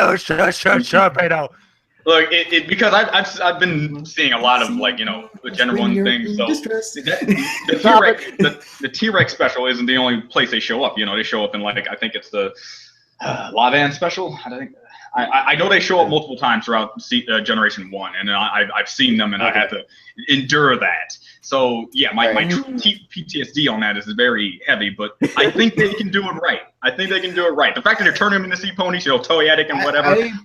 And just the designs look fantastic. I think they've definitely majorly improved in the designs. Yes. And but yeah, I will say, I mean, the song is kind of cheesy and whatever, but I think it has the potential to be, you know, like remixed and reimagined. I think they can do a modern take on it that will be really good. I mean, don't forget, we've got Daniel Ingram. They did not have that musician at their disposal back then. Daniel Ingram is a god. So, that is true. Yeah. And he has like a full orchestra. Yeah. Yeah, and they can acapella thing too. It's like I'm pretty sure they can do like an acapella thing with actual shooting. Oh yeah. So my god, that would actually be wonderful. Oh yeah, I can see that, and that will make it like great. Okay. Yeah, but yeah, basically, I think this is going to go one of two ways. Either it's going to be a brief hint reference at Shooby-Doo, or it's going to be full-blown remix of the song. I personally hope that they do the song and do it well and make it awesome. I just think that'd be the best way to go with that. But yeah, the one thing we do know is it's gonna happen. That's just not unavoidable. It's gonna happen. This is proven. It's canon. They're canon. Gotta share something. I was chatting with some other friends. I was just chatting with some other friends a while back, and we were talking about the sea ponies, and like, wouldn't it be funny if they had like sea pony guards and they were like chanting, like doing Shooby-Doo. I'm afraid to make those kind of references. I can do that.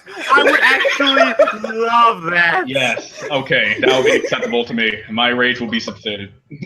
That actually is brilliant. So that'd be hilarious if they did something like that, but. I still want the song though. That's the thing. I want to hear an awesome version of that song. So yeah, I also want to know it's kind of funny because I've actually been corrected by people who say that they aren't sea pony, but they're like hippocampus. What? No, something like that. Hippogriff. No, not hippogriff. No, I'm going to look this up. Someone try to correct me. A hippogriff is something entirely different. You keep talking. I'll try and find this. Okay. I just want to know what part they're gonna play in the story. Like, what leads them to go to the sea ponies to help out with Tempest? Just like, what can they do to a lightning elemental? I mean, like, they're water elementals, if anything. So, like, if my Pokemon knowledge is already well, and that's why I was really confused. Like, what specifically? I mean, more so even than what led them to go there. What are they going there for? Are they trying to gather an army, or are they trying to get some kind of information, some kind of like magic power or artifact? Turns out the Sea Pony Queen or Sea Pony Princess or whatever ruler of that place, if it isn't just Celestia, apparently there's some knowledge that they know that they just need. Yeah, and it seems to be a very reclusive, society. Somebody pointed out to me that even though the main six, when they transform, they have like fins that have their cutie marks on them, it looks like the native sea ponies do not have cutie marks on them. So that is a little interesting. Oh, yeah. And the whole thing with Applejack's bow in that form is a little strange to me, but I'm just going to assume that their tails become actual fins, and that's how it works. But, I mean, Rainbow Dash definitely had a lot of – that was a good design. But obviously, Rarity was beside herself with her own design. Oh yeah, that was really beautiful. Strange shot. Every redesign is better than the freaking rainbow thing in season 5. That's the only bad thing. That's the only bad thing in Amazing Twilight's Kingdom. I love that damn episode. Yeah. By the way, real quick, the hippocampus or hippocamp, often called a seahorse in English, is a mythological creature shared by Phoenician and Greek mythology, though this name by which it is recognized is purely Greek. And there's a whole bunch of stuff that here, was it. Yeah, thank you very much. The more you know. Is that why? Okay. Is that why if they're hippocamps or hippocampus, whatever, is that why she turns into a hippogriff then, as opposed to like a regular? I think that's probably why. Because we do know that the series likes to hark on Greek and Greek mythology and stuff like that. Absolutely. So I can clearly see them doing that. That would actually make it even better. I like that. Mm-hmm. They have made a bunch of Greek references in the show. Seriously, I'm I've caught some of them. I mean, it was in the season opener how they know about a manticore. Just like, okay, that monster who stole the gold idol from the Griffins was actually a Greek mythology reference. Yeah. Fucking sirens in Equestria Girls. Yeah. And speaking of Captain Solano, can we just talk for a minute about the irony of having parrots as pirates? I love that. They're parrots. I never played that myself. Pirate parrots. That's amazing. Yeah. It's like, I don't know why I was second guessing myself. I'm like, they're parrots, but I don't know why I can't say they're parrots. And I just hope that the parrot pirate is also a spy, and Apple Bloom can work that into an ultimate pun. I love they show as seen in the show that in the trailer that they show very briefly. I think it's on board the parrot ship I can't say properly. But it's like the whole group is together, and then suddenly Applejack and Rainbow Dash like jumping in front in a defensive stance. That was an awesome little quick scene that they showed. If you don't know what I'm talking about. I think I know the one you're talking about. Yeah, it's very cool when they say like, "Let's show these little ponies," something like they're just then jumping in front of the group. It's like, oh my god, they look badass. Yeah, I can see them being like big friends. Yeah, that was interesting because like there was like a completely different expression on like every one of their 6 faces at that particular moment. And I'm just trying to figure out like what is going on in that scene. So yeah, I'm still trying to figure out too how they end up. I mean, wherever that remote town is, where there's that windmill thing that's breaking off. Like I can't figure out what is going on with that. But seems like they're going out on a trip. Something else that kind of occurred to me is in the scene where we see the big ship land, the airship, and we see Party Favor, we see Ryan. We see Starlight Glimmer's other friends from her village, but we don't see Starlight Glimmer herself. No, she was she was she was in with Trixie when Trixie was doing like a. I don't think she's gonna play that big of a role. I probably just missed it then. She's in there. So, but yeah, I mean this is clearly focused back on the main six themselves. Like I said, which I love because they've been getting overshadowed a little bit and whatever. But it just they have not been, the main 6 have really not been together in a big epic adventure type for a story while for like multiple seasons now. So it's going to be fun to see that again. I'm looking forward to see. That's what I'm really looking forward to that. Take a back seat, Starlight. No, dude. Daniel Ingram and Sia. I mean, come on, they're gonna make something. Seriously, I share Johnny's love for Sia. I love her stuff. So and Daniel Ingram, like that's a match made in heaven for me. It's like exactly. Give it all music and stuff. I don't know who she is, so thick skin and elastic hair coming at you live, and I don't know, Caroline, I guess. Only on the hub. Oh wait. But speaking of music, though, that song, that little bit of that song that was in the end of the trailer is "Off to See the World" by Lucas Graham. I cannot wait to hear the rest of that song. It sounds fantastic, and that right there, "Off to See the World." If that's a song in here, it's like, okay, so clearly the main 6 are, they're going way beyond Equestria out, across the world at these different places. This is going to be the first true travel story in this world. Super Pony Odyssey. Yeah. It's like we've finally, and we've kind of gotten little bits of it, like they have traveled to the Dragonlands, which technically is beyond Equestria's borders, but we're talking about like multiple different places with multiple different like races, because we got a cat guy. I like that. We got a cat guy. So that means Katrina's possible. Yeah, so we've got anthro characters in the show. So this larger world of Equus in general, it's like we finally get to see the significant bigger chunk of it. Like the world map is going to grow significant. I hope they release a world map along with this movie. I want to see this. What is the DLC coming? What? When is that DLC for the map coming? Seriously. DLC for the map. I get it. Really? I'm sorry. To get that, you have to buy like the first day release price or something. Yeah, and then that DLC is located in the movie, but the DLC is already included within it, but you have to pay us extra in order to see it. So there you go. Yeah, it's already on the disc. It's already on the disc. And then we're gonna release a DVD version. Then we're gonna release another DVD version, but it's a better DVD version. Then we're gonna release a third one, like that edition map and the world. I didn't know the movie was directed by Capcom. No. George Lucas is going to remaster it eventually. Some. Jar Jar Binks. No! Shut up right now. I will Jar Jar end Pony.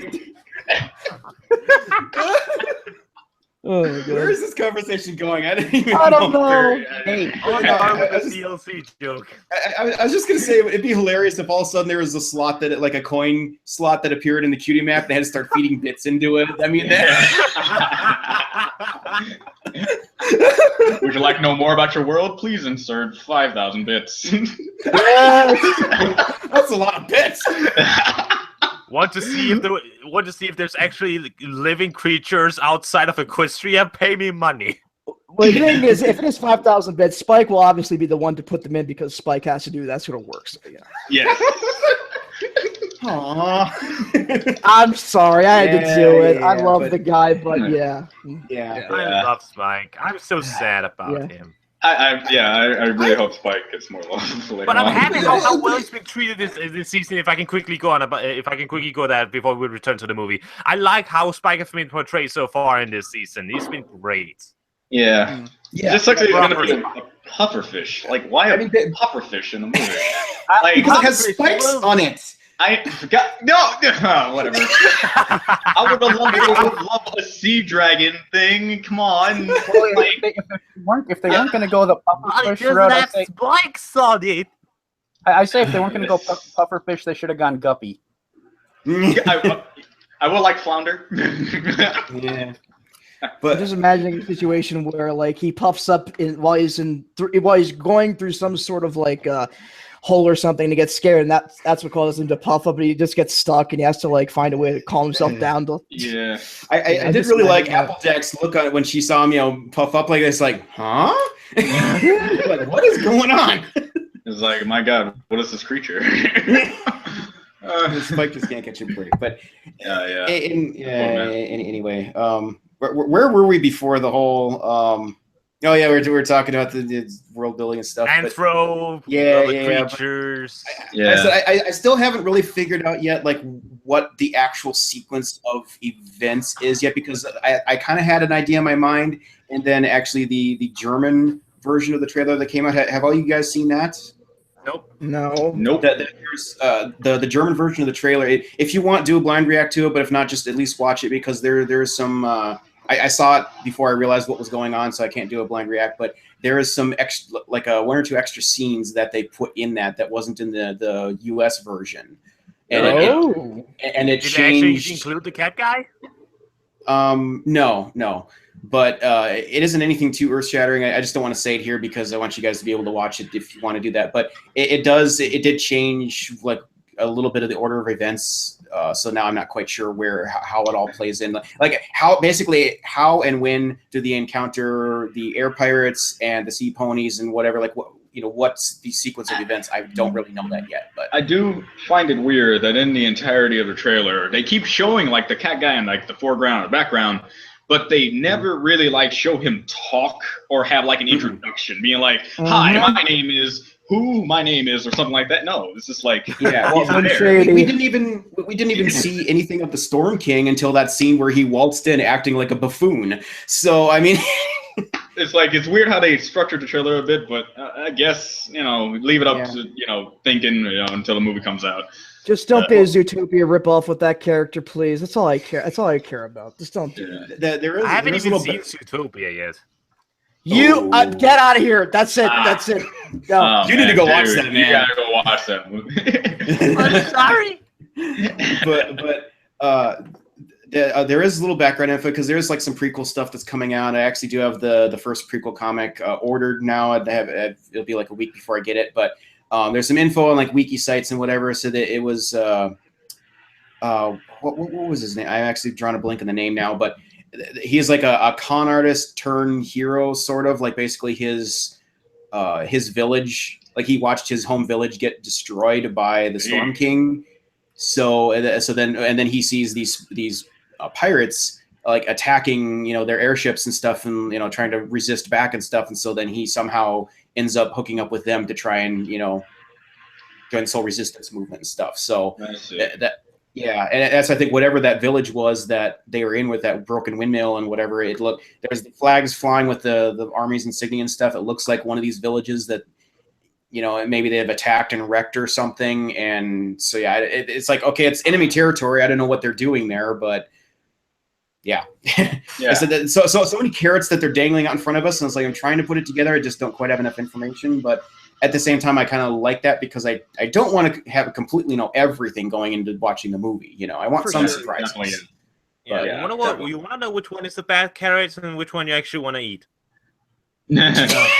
All I know is I'm going in that sucker opening night and watching it big screen, popcorn, the whole 9 yards. So I and agreed to driving watch it with 700 a friend, miles. so yeah, I'm gonna love it. Well, yeah, Yeah. it'll be And by interesting. the way, Hopefully speaking of loving it, that animation. Yeah. Oh yeah, that was okay. Dude. It was okay. It wasn't amazing. Yeah. Team harmony, Okay. man. That's what I love. Yeah. The rainbow was Classic. okay. It wasn't, the rainbow was okay. Yeah, it was alright. Oh, man. that It's like- rainbow. Yeah, it's like, I don't know, maybe like 5% better than the original animation from the show. Yeah, so this is a tidbit. I definitely don't have it as my wallpaper right now. Definitely Nah. not. Nah, that rainbow definitely not printed out on my wall. Like every single shot in the trailer couldn't be its own thing on Derpy Boy. It's just No, not it's at all. crap. No. No. Yeah, no. You know, I mean, it could have been better. I mean, you know. Is this where we turn the sarcasm off? Is this where we do that? Yeah, it was well, amazing. yes, Oh because my I- God, it it was was like- yes, because I have to mention is that people. I'm kicking myself for not realizing this. That like people were saying that it's actually like a double rainbow, and it didn't look like it at first. But then I had somebody point out like exactly how and why, and like, oh, you're right, it is a double rainbow. So She's like, going Mach 5 billion. You Yeah. see, there are two spectrum things happen. On the one side, there is a blue. There I count 2 blues and 2 reds. That's a double rainbow. So we got the spectrum twice. Across We the got sky. yeah. There you go. And if I can, ladies and gentlemen, we see a double rainbow. Meet the pop-up girls and going all adventure. Going to another dimension. But I I just I was going to quickly say in that scene. I think it's the same scene where there's like a big tornado. Maybe she's actually using the double rainbow, and the shock of that is something that she thinks is going to stop the Tempest thing. Scene, And but maybe I it could be was. wrong. Yeah, because I did wonder at first, like, is she using that as an attack or something, or is she just showing up? She was doing that in front of the pirate ship, not the Storm King ship. So I think it was going out kind of a thing or something. Like I said, I'm almost getting the feel that when they're encountering these pirates, that it's like, well, hey, we've been fighting the Storm King all along. Like, who are you little ponies to come along and be able to take him on? Like, you don't have what it takes. So they're like, trying to prove themselves or something, because like Dash was sparring with her with a sword But that would be kind of cool. Yeah, I don't know that that's what is happening there, but I kind of hope that is. But just the pirate thing, like we saw Rainbow Dash with the little pirate bandana on, but I've seen some like promotional material, like artwork or whatever, that looks like there's like pirates, like kind of like steampunk pirate garb stuff, like for all of the main 6. And I hope that is actually in the movie, because I desperately want to see a proper full pirate Applejack. I mean, the one back in PPOV, we need more of that. I want pirate Applejack again. I mean, come on. Yeah. By the way, I can totally imagine Rainbow, like the pirates talking to the opponents, like, well, you can't fight the Storm King. Like, I look at you, you're not even good enough. And then Rainbow will be like, oh yeah, watch this. Woo, boom. Exactly. It's just 8 seconds. Just like, yeah, I'm that impressive. Yeah. By the way, Yeah, I was like, only using like 5% of my power. I beat Starscream, bitches. Yeah. No diff. Ate him. Had mild indigestion, but beat him all the same. Pinkie Pie met Deadpool, by the way. But just to segue back here, thinking about ponies, like I get the feeling that some of these other races consider ponies to be kind of inferior or something, but that makes it all the more interesting as to how Tempest, rose up to the rank that she is and whatever. It's like Commander. Yeah, commander, like his main, his primary lieutenant, and it's come up before. I've heard talking theories about like, well, like we've seen with Scootaloo can't fly. It's like, well, what if there was a disabled unicorn? A unicorn that's broken, horn was broken or something, somehow couldn't spellcast. Now it looks like we're going to actually finally get to see it, because it doesn't, at least in the trailer, there was not a single shot seen anything where we saw Tempest actually using her horn. Like there was sparks of like electricity coming out of it, but we didn't see her actually use that in any way. She had that weird energy orb thing that she attacked with, and then we saw her doing like the physical combat with that fish thing, whatever it was. And it's like fish back with rap. Yeah, I know, but it's just her moves, her combat moves. She is like lightning fast, super powerful. Looks like she could one up AJ in terms of bucking power. I mean, oh yeah, dude. So it's like she's taken, like all of her whatever this rage is that she's been building up and focusing that into like physical combat abilities. Like it doesn't matter that she doesn't have a working horn. Like, wow. Yeah. The broken horn thing could lead to potentially a very interesting, tragic backstory. Yeah. I was thinking like them stairs, man.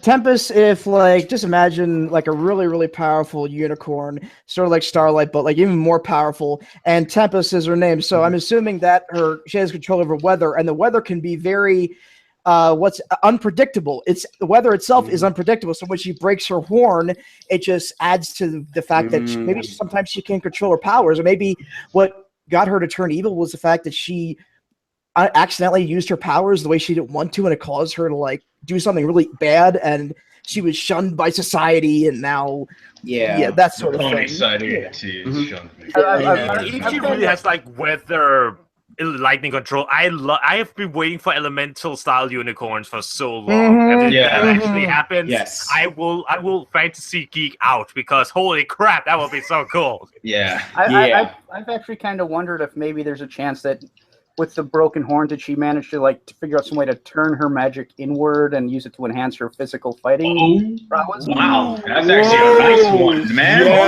Yes. Oh god, that just gave me like an mental image of like somehow her horn got pushed into her head. It's definitely broken, but I see what you're coming from.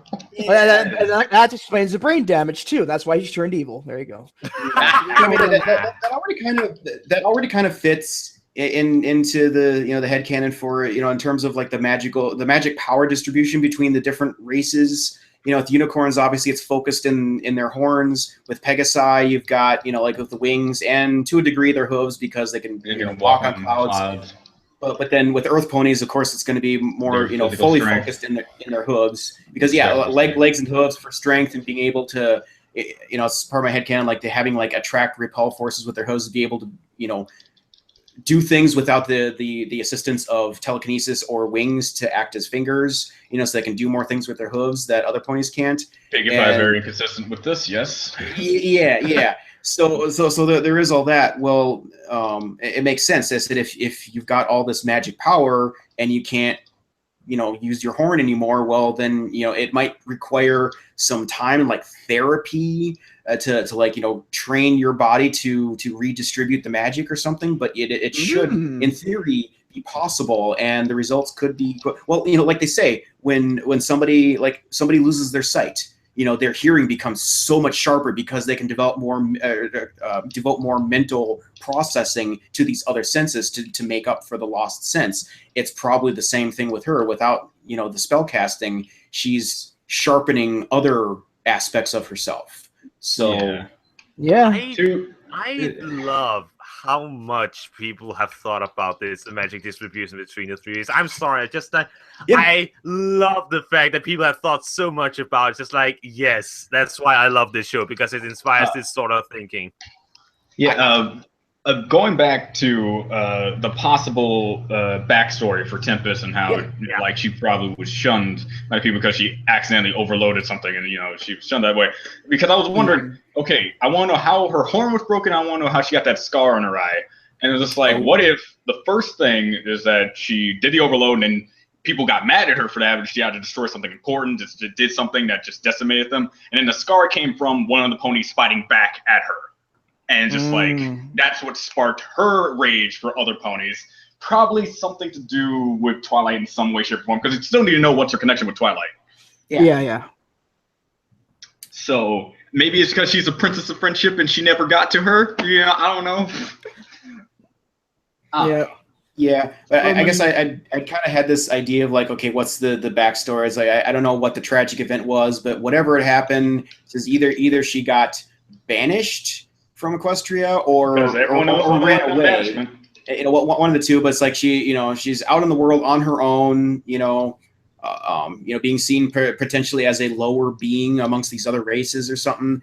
And she eventually, probably out to, get revenge. She's got this hatred, seed of darkness growing in her, comes across the Storm King's army and stuff and sees that as like, hey, potential here. And she gets in there, but has to like prove herself. And that's why she becomes that way. She has to, train herself in the combat and stuff to be able to be seen as a serious threat and, a valuable, asset to them and stuff. And eventually, is able to then use her position of power and that she's gotten up to bring that army back to her original doorstep to exact revenge or something. That's kind of what I'm thinking. Could be different, but yeah, I could see him as that kind of leader that's just like, you got to prove yourself. Heck, you're a unicorn pony that can't use magic. You need to show me what you got if you're planning on being in my army. And just like, I'll show you, and then boom. Just full on magical base pony, just strictly based on physical strength. I like that. Yeah. And, okay, and speaking of the Storm King army and everything, what are they look like wolves? Please tell me what. Yeah. What are they? I have no idea. I honestly don't. I first thought like a type of simian, like a monkey-esque creature, but then I saw their hooves and I'm like, oh wait, they have hooves? Yeah, they have hooves. Wait, no, they have something at the bottom that just doesn't require monkey. They have like, what do you call those type of legs when they kind of... it looks like normal, like dog paw. Diamond dogs? I don't think diamond dogs. That's just strange. But I'm they're not that ugly. Like when they're jumping down and it's like... I thought it's kind of like dog creatures, but I don't think diamond dogs. They're probably like another type of dog species. Well, it's got to be something like from Greek mythology or something. But the goons, like the generic goons that they had, the soldiers, they did have a rather like ape-like appearance to them or something. But that's the first thing that came to my mind when I saw them. I'm looking at them more closely. I'm like, they have to be like a combination between some type of simian creature and probably like a dog or something. I don't know. We'll find out, maybe, hopefully. Yep. Yeah. We'll find out. I mean, I don't know when this movie is coming out for people across the sea, and hopefully, I mean, Johnny, are you gonna get an English release over there or something? Or I actually think I don't know how serious that Denmark is going to take it in comparison to like America, but I think maybe we'll get a very, very bad Danish dub because Danish dub My Little Pony is absolutely awful. So yeah, I'm going to make a rant video about that at some point because freaking hell. Please do. If not, then I'm just going to do the old-fashioned our pirate way and get it on the interweb. I'm going hardware into the theaters. Yeah. I'm going to bring a pen and a paper. They will allow me to do that at least. Yeah.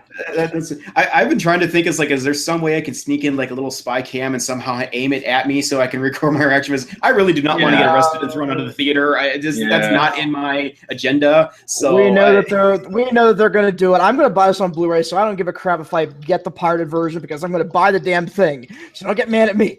But I've heard there's different types of pirates. There's the pirates who truly doesn't want anything, but there's pirates that actually try before you buy. Because try before you buy, and there's also they know for a fact that they're going to buy the original product. It's the fact that just like the bad dubs. It's not his fault that his area sucks at getting him the product. So it's like, what can he do? Yeah, and by the way, that's interesting. But I just got when you say that you may want to take a spy cam in there, I just got an amazing picture of like everyone sitting there quiet, getting ready for the movie, and then suddenly, hello everybody, this is Apple Key, we're here. Howdy folks, this is Apple Key here. We're gonna watch the movie. I can't obviously show it to you, but you can see my face there. Yeah, what face is good? That'd be hilarious. It'll have to be like a UV light, so your face will be like all white. It'll be like black and white and stuff, and that'll work. But anyway, now I just forgot what we were talking about right before that. That German trailer says you should give that a watch and react if you want because there is a little bit different scene in it. But then make sure to check out Andy's reaction to that because he actually made some comments about like they changed some things did change in translation, and like I don't want to ruin it for you, just go watch it, but there were certain like words and stuff that they changed in it, and I said voice acting wise, some of the stuff was weird, but he said for like Spike, I think it was, they went back to like a previous voice actor for Spike that they've had for the German dubs rather than the one they've been currently using in the show. So he just points out some of like the differences between the US and German version that are kind of interesting. So, and apparently he's not a big fan of the German dub in general. So he said he's probably going to be watching like both the US, the English one, and then the German one later on or something. So there's so few foreign dubs that gets it right. Yeah. Like watch if you haven't watched the top fails in foreign My Little Pony voices and songs. Like, I have to react to that. I need to do those. I need to get do those. to it. Get to it. Those videos are amazing. Okay. And it's the same. I think it's the same thing anywhere. It's just like whenever you dub something, you translate it and dub it out of what the original language was. You almost always lose something, whether it's bad voice acting or horrible translations or both, because you get the same thing with like Japanese anime. Most dubs of anime are horrible. There are a few gems that are actually much better in the English dub than they were in the Japanese with subtitles. But there are very few. Yu Yu Hakusho was an amazing dub, but that is I'm for Gurren Lagann on that. Yeah, and of course you got. I mean, especially when it comes to songs, because Sia isn't going to be as good in the dub as it is in the original. Oh, I feel so bad for you. Oh, yeah, man, it's gonna suck. Johnny, we're here for you, bro. If I find a certain copy of a certain thing, I may just give you a certain link that's totally not me. I know we're all gonna buy the same thing on Blu-ray. I'm definitely doing it because pre-ordered. I don't even know Capcom. Who's Silicon Pony? Yeah. I mean, I don't have the money, so I might have to hijack a delivery truck. But no, I'm driving up there just taking you to the damn movies. Don't you understand? I'm talking about to get the hard copy later. Oh, that. Well, we'll work it out. Yeah, to move things on, one of the other big things about this movie trailer is this celebration that's going on, the Friendship Festival, the first ever Friendship Festival. I found that this is a new thing that they're starting. Look, another festival. Yeah, it's like another, but it's like, what is it going to be about? And I don't know if you guys watched my analyzation or whatever, but all around the city, this new model of 3D model of Canterlot, they've got this. This symbol. It's like combined sun and moon symbol. It's like symbolize these sisters and royal sisters in harmony. And then, can we talk for a second about that throne room where they both have thrones that looks like the castle of the two sisters again? That seems incredibly significant at this juncture. Given the events of a royal problem and stuff like. Yeah. Yeah. There could be some sort of thing. They just want to rebuild it. We got to talk about the whiteboard too, because that whiteboard, I think it's an eclipse. I could be completely wrong. I think that it could be, part of the celebration, but the thing is, it could be an issue where if there is eclipse, maybe Luna is weakened or Celestia is weakened somehow, and that somehow does something to allow Tempest to attack or something. That may be interesting, but she is really bold just to walk up and candlelight and be like, I don't care about the moon goddess, I don't care about the sun goddess, I am about to take this the only problem is it's a little bit too Avatar-ish. It's a little bit too Avatar-ish with the whole solar eclipse. I mean, we're getting dangerously close to Avatar. I know, but it makes sense because, like I said, with that symbol that you see multiple different places around the city, you've got the combined sun and moon together, and with this whiteboard showing the sun moving towards the moon, are they going to, make that symbol in the actual sky with these celestial bodies to mimic that symbol to show true friendship and harmony in the land and whatever? It makes sense. So, for whatever that's worth, but. Tempest is going to crash the party after they have the celebration or during the celebration. I'm thinking during, but during. Yeah. Because I think I think those the clouds I ordered. Yeah, and I think facial because the trailer. Yeah, I think the trailer. I want to. I honestly think it's going to start off. It's going to be. Go ahead, John. Sorry. I honestly, from what I've known about other movies and I think how this is going to go, they're going to start off in the beginning. Tempest is going to show up, kickstart the events of the movie. Then at the end, they're going to finish off the celebration, and that's where you see everyone together, and Sia does her big number and stuff like that. And you get the concert. Where you see, as a big send off to everything that just happened. I can see that. So because it starts off in day, and then you see them again having a celebration at night, so that's clear. It's supposed to show everything coming full circle. So yeah, that's another. It is a bit annoying when movie trailers show that. At least they don't like spoil the entire movie, like others do. Yeah, and that's why I typically want to stay away from trailers because they give away the entire dang thing. It's just like okay, that is the only trailer I'm watching. There's like another one for some reason I'm not watching it. Yeah, there's supposed to be another one coming for this movie. There's supposed to be a third one out. So yeah. I mean, this is the only time anybody's going to see me. This is the only time anybody's going to see me react to anything related to the movie until I do a review of it, because I'm watching this in theaters by myself. It's a me moment, and I just want to enjoy it without. Because when you're doing a reaction, you have to you're trying to pay attention, but you're also trying to find out things that you want to say about things. But now I can just completely cut myself off and just watch the movie. Yeah, I think I'm going to do the same. Yeah. Although because I've gotten into this stuff now, I swear it doesn't matter whether I'm watching a TV show, a movie, or whatever. I find myself in reaction mode, doing crazy faces and wanting to say things, and it just I'm not even doing it on purpose. I'm not trying to do it. It just happens now. Yeah. It does every single time. The screenshots I receive. The screenshots that I receive. My family, but I can't help it. It's you shut up and enjoy things. I can't. I have to say things. I have to say them. They must be said.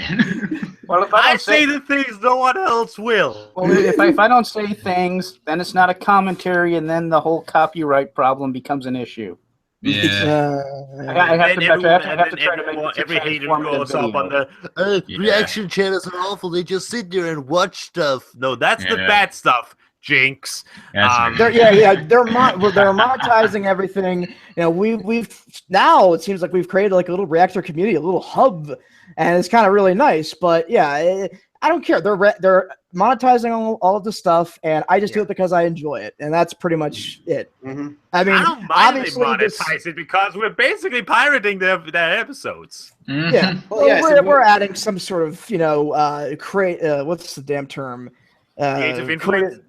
A transformative process. Yeah, there you go. Transformative in nature. Yeah.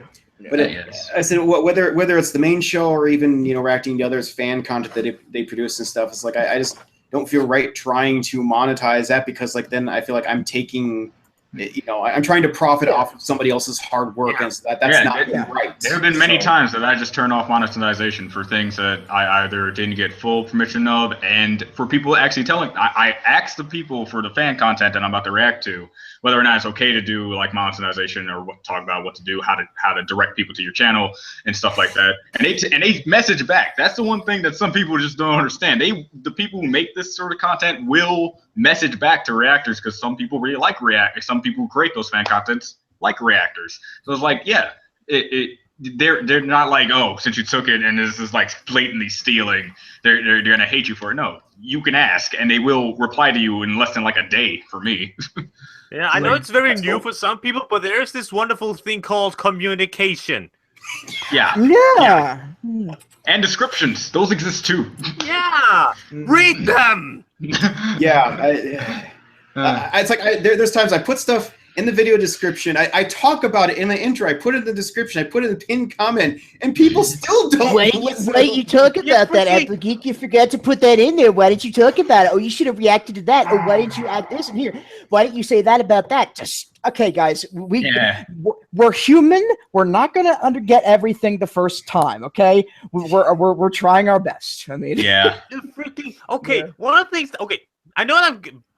Okay, so in my freaking Perfect Pear reaction, because I couldn't think of a good way to make a singing intro or whatever, I made the quick thing and it's I'm not gonna make a thing because it's too good an episode, and I explained basically that I know I'm doing the episodes out of order, and I will get to episodes 11 and 12 eventually.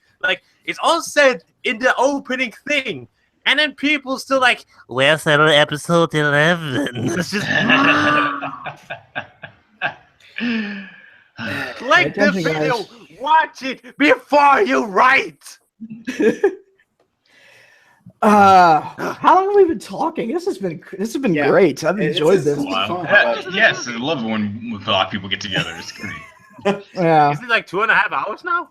Yeah, this is gonna be something somewhere in there. Yeah, but most of we've definitely covered the Perfect Pear and the movie and it's kind of season 7 in general as it's gone. So Congratulations! After 2.5 hours, we've gotten through 2 topics. Yeah, That is, but you know what? That's the end more nuanced. We are the best. This shows about how expansive our attention span is. Yeah, Yeah, look at butterfly. I have to. Yes. Is there anything else anybody else wanted to yak about other episodes of the season or anything to highlight? Or I just hope we get a decent. Actually, I have a quick thing I want to quickly talk about. I I don't think it's such a big thing in the show, but in season 7, you all have noticed it at this point. The logo has changed to a more purplish color. Yes. Mm-hmm. Yes. Some say it's a teaser for the show, like My Little Starlight or something like that. What do you think? Do you think it means anything, or is it just like an update? No, it's. I think it's just an update for the times. It's part of a rebranding effort because with the current toy lines that they're putting out that are related to, it's like the Guardians of Harmony stuff and the movie and all this stuff. They're changing the packaging so that like it's more blue and other colors. It's more of a gender neutral approach to things now, and they're putting the toys in places where they're more attracted by everyone. It's not just the pink aisle anymore. So one of their big officials recently did a press conference talking about how like 30% of their fan base is male. So yeah. Having a toy base and that's color a huge scheme number. based on female stuff that they felt was probably costing them financially, and if they lended a hand out to be more gender neutral, probably could make them a little bit more money. Mm-hmm. Yeah. And from what I don't know about you, but it's incredibly weird for me when I go down in my local GameStop. It's like, oh, there's ponies on a shelf. Yeah. Not only that, I remember having one of the guys who work at GameStop. They had like a bunch of like figurines from that they got from like a convention that was going down, and they were selling it and stuff like that. And he's like, I may not like the show. I may not understand why a lot of like people are fans of it, but then I saw this one figurine of this character named Discord. I couldn't help but just love it because of how awesome it looked. I'm like, thank you. And now I want that. How much is it? $250. I'll get back to you. I just think it's amazing that some people actually have good taste. Oh, that was amazing. All right. Well, I have to evacuate eventually. It's I'm sorry, but yeah. Yeah, it's fine. This has been great. We'll definitely have to do this again after the movie for sure. We're gonna have to get a little discussion thing together again. We'll have to figure it out exactly what's gonna be the best time to pull that off, especially with the fact that who knows when everybody's gonna be able to get the version that they want to see and watch it and be able to give. Let's watch. Put that away. What fun is there in making sense? Sure. All right. Well, All right. Well, thanks to everyone for who's tuning in and watch this, and I'll have links to everybody's channels and whatever in the description. Read the description, please. And drop us comments. Let us know what your thoughts are on any of these long rambling discussions, and maybe even think of other things that we'll talk about in the future. So bring up topics and stuff. I'd like to know what you guys want us to talk about. Let me know when I have to get up like 3 a.m. in the morning again. Oh yeah. We'll let you know. Yeah. All right. Well, thanks for all you guys for joining, and Johnny, go get some sleep or something, and we'll talk to you guys again. Yeah, good. All right, man. Later, everyone. Yeah, thank